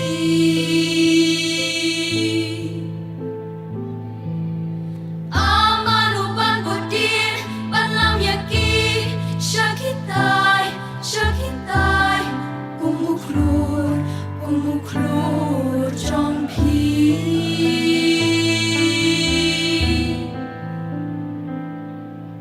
Din tat ki jong pi de nga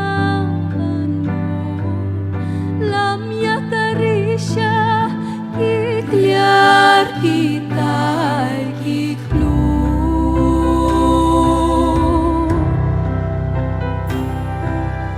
Din tat ki jong pi de nga lam ya karisha ki kliar ki tai ki klu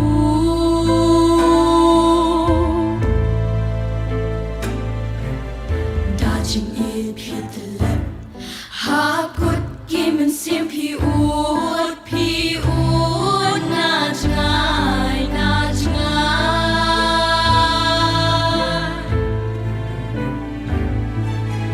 Rajin it pitlap hakut kimen simpi ut na jangai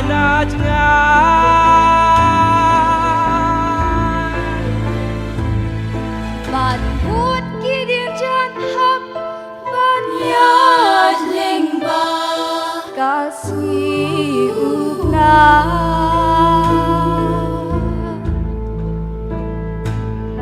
Dalong tang shiklip wan pai sip din yaling kor jonga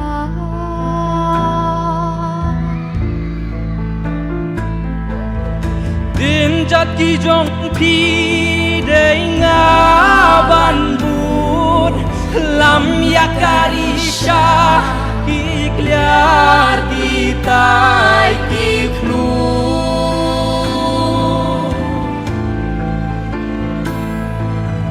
Din jat ki jong pi de nga ban bud lam ya karisha ki kliar ki tai ki klu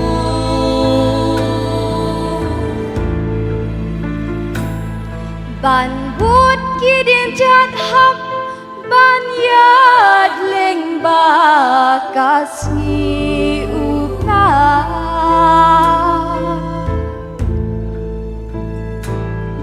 Dalong tang shiklip wan pai sip din yaling kor jonga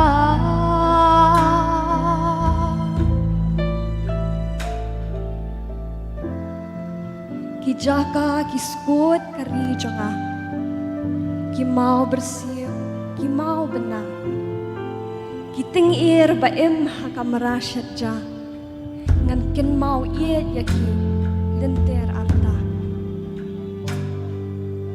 Amanu ban budin balam yaki Shakitai, shakitai kumuklur jong pi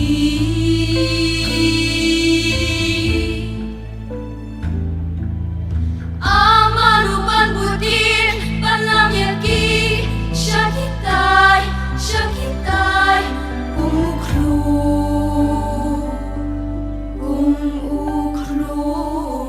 jong pi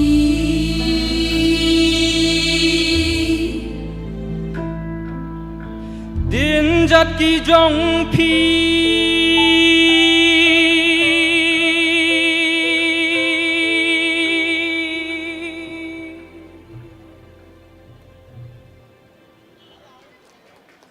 Thank you, Creative Society, for that soulful rendition, always reminding us to be patriotic. Ladies and gentlemen, we will now have a cultural presentation by the Department of Arts and Culture, Government of Meghalaya. To begin it, we have the Chat Sukra, which is a celebrated festival in the month of April in Jaintia Hills. It is a dance of the farmers where they celebrate their indigenous harvesting season, which is a sign of happiness since it's a mark of plowing the old stubble and planting the new ones. At this time, farmers come together as family, respectively, and before performing their harvesting, they collectively offer their prayers to God for all well-being that they have received for the coming future. Ladies and gentlemen, the Chat Sukra representing the Jaintia tribe.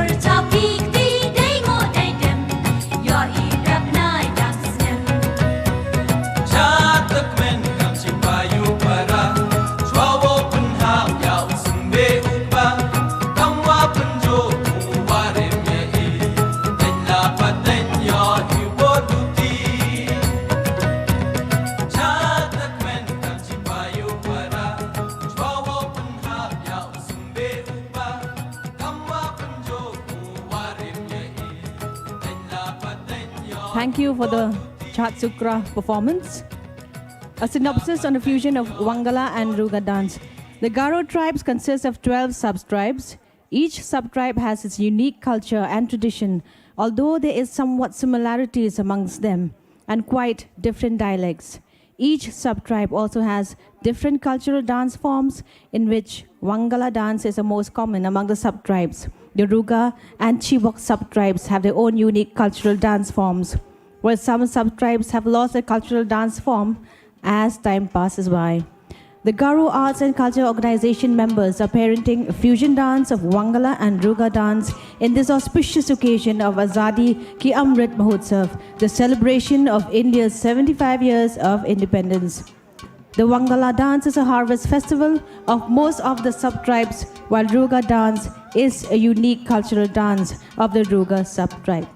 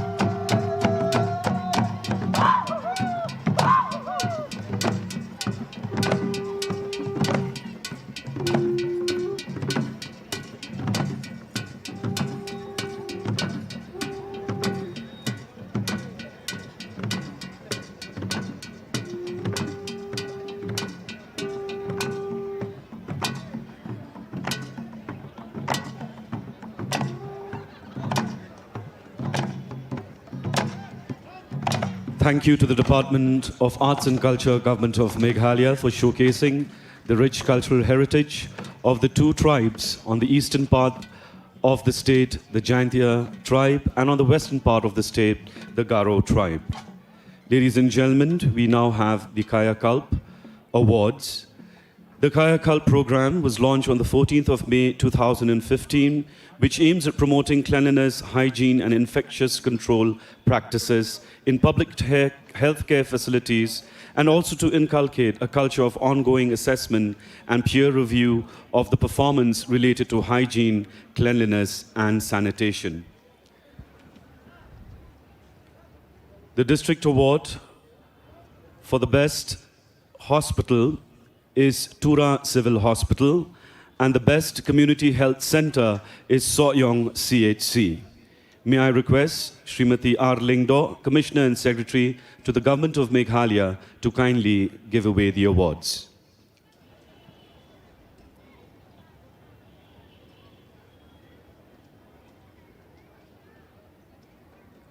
Ladies and gentlemen, can we have a round of applause, please?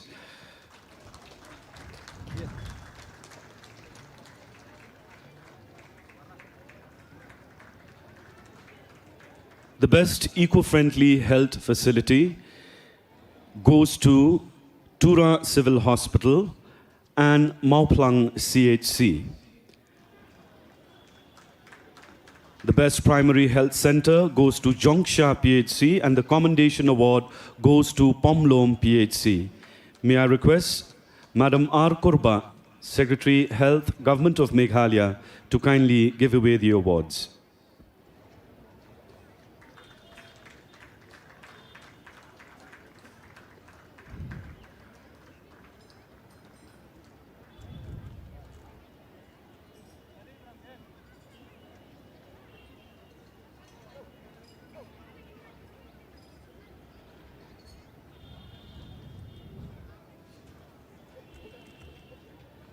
Eco-friendly health facilities, Tura Civil Hospital and Mauplang CHC. And in the primary health center, the winner is Jongsha PHC, and the commendation award goes to Pomlom PHC.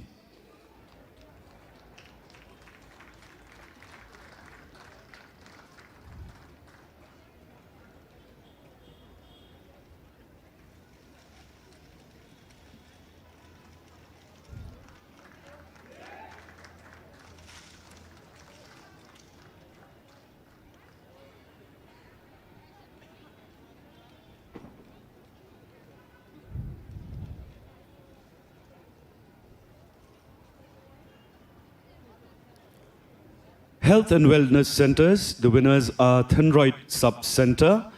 The commendation award goes to Kharang and Linkhoi Sub-Center. And in District Hospital, we have Right Chest Provincial Hospital, Shillong, for the commendation award.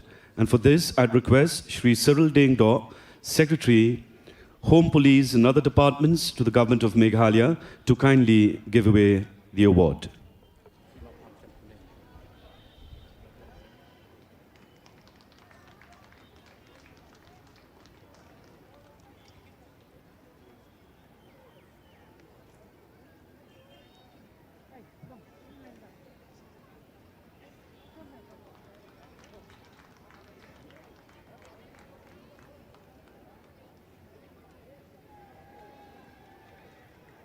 In the eco-friendly health facility, I'd request Mauplang CHC to kindly come forward to receive your award.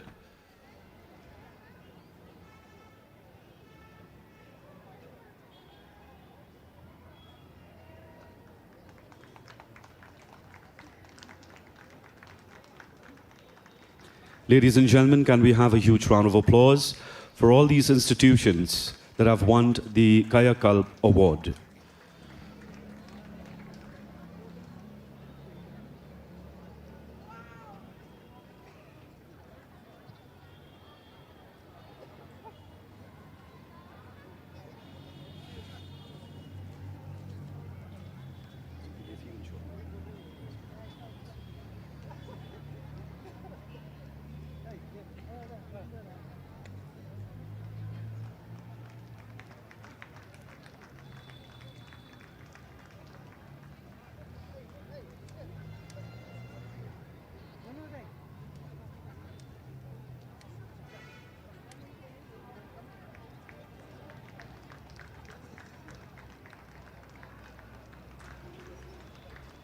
Thank you, Madam Deputy Commissioner. Ladies and gentlemen, we come to a very important part of our program, and is a special performance called Light After Dark, Ability Beyond Disability. Our history is adorned with exemplary individuals such as Beethoven, Christy Brown, Stephen Hawking, Stephen Wonders, who defied all odds and rationale on their way to the pinnacle of greatness. Well, one such tale at its incipience is that of the awe-inspiring music band based in Shillong called Light After Dark. The band comprises of 5 members, 4 of whom are former students of Jyoti's Road School, Bethany Society. These young and vibrant musicians hail from different regions of Meghalaya. The startlingly unique feature of Light After Dark is that 4 of its members, Wanlam Prang, 25 vocalist, Remiki Pajo, 24 lead guitarist, Dilbert Lingdo, 20 bass guitarist, and Hitler Kongpai, 21 drummer, are all visually impaired. They share the stage with their mentor, Zauma Silo, who is the 5th element of the exotic band. Playing as a school band erstwhile since 2007, they gradually evolved and emerged as an independent music band in the year 2013 with the name Light After Dark, which is a symbolic of perpetual hope. Ladies and gentlemen, please put your hands together for the band Light After Dark. Hello, hello, check. Hello, hello, check. Check. Hello,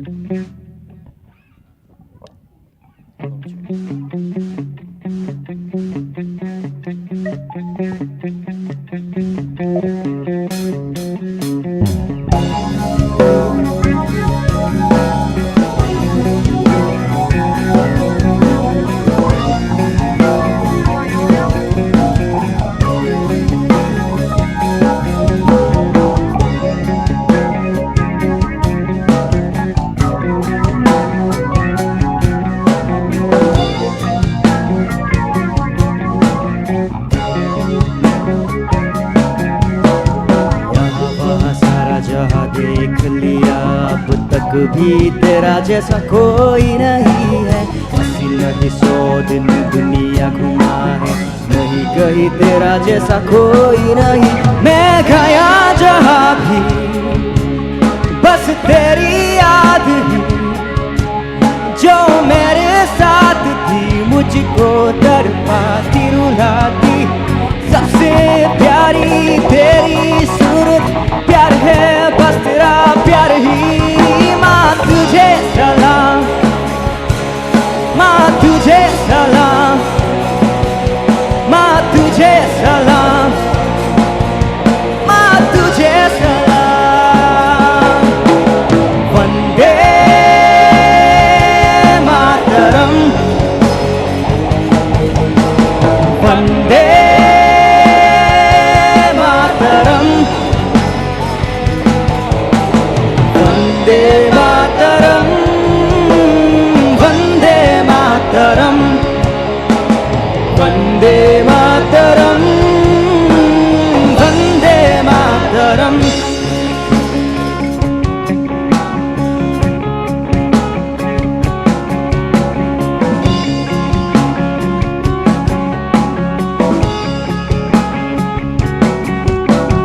जन्म जन्म तेरा हो दीवाना मैं, झूमो नाचो गाओ एक प्यार का तराना मैं। जीना नहीं सोचा नहीं दुनिया के दौलत नहीं, बस लू गंगा एक प्यार का तराना। एक नजर जब तेरी होती है प्यार की, दुनिया तब तो मेरी जम के दम के महके रे। तेरा चेहरा सूरज जैसा चांद ही प्यार है प्यार में। माँ तुझे सलाम, माँ तुझे सलाम, माँ तुझे सलाम, माँ तुझे सलाम। वंदे मातरम, वंदे मातरम, वंदे मातरम, वंदे मातरम, वंदे मातरम, वंदे मातरम।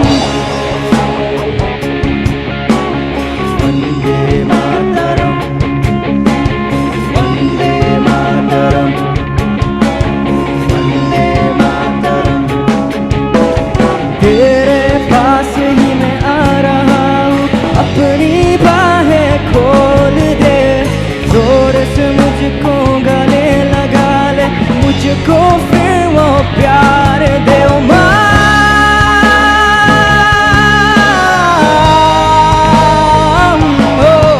ओ माँ,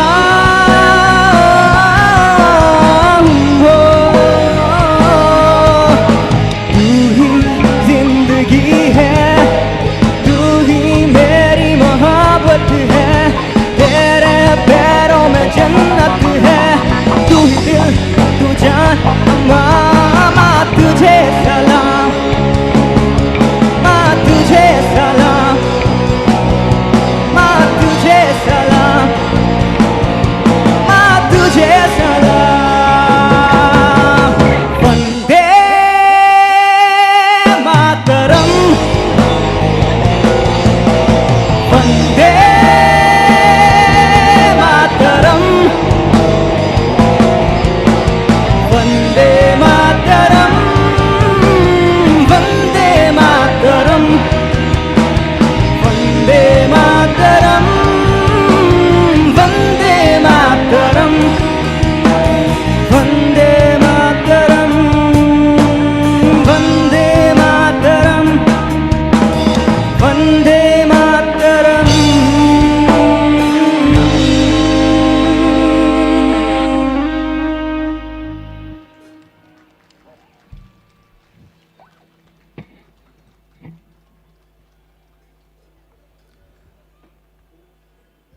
Thank you, Light After Dark, for that truly enthralling performance. We are truly grateful to you for adding resplendence to this Independence Day celebrations here in the capital city of Shillong. Ladies and gentlemen, we have come to the end of the official program here at Polo Grounds. Happy Independence Day to one and all. Kublai Shibon, Mithela, Jai Hind.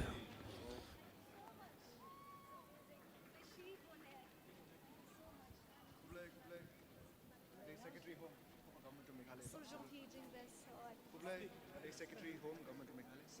Congratulations. Really good. Congratulations. Wow. Cyril Thinker, Secretary Home Meghalaya. Come with your phone. Congratulations.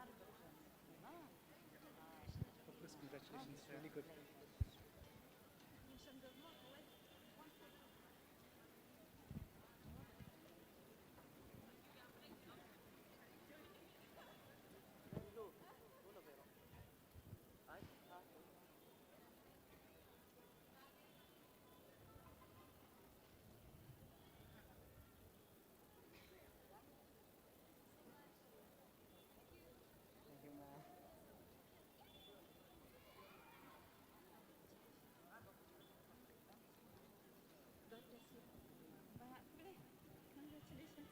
Good book, girls. Keep it up.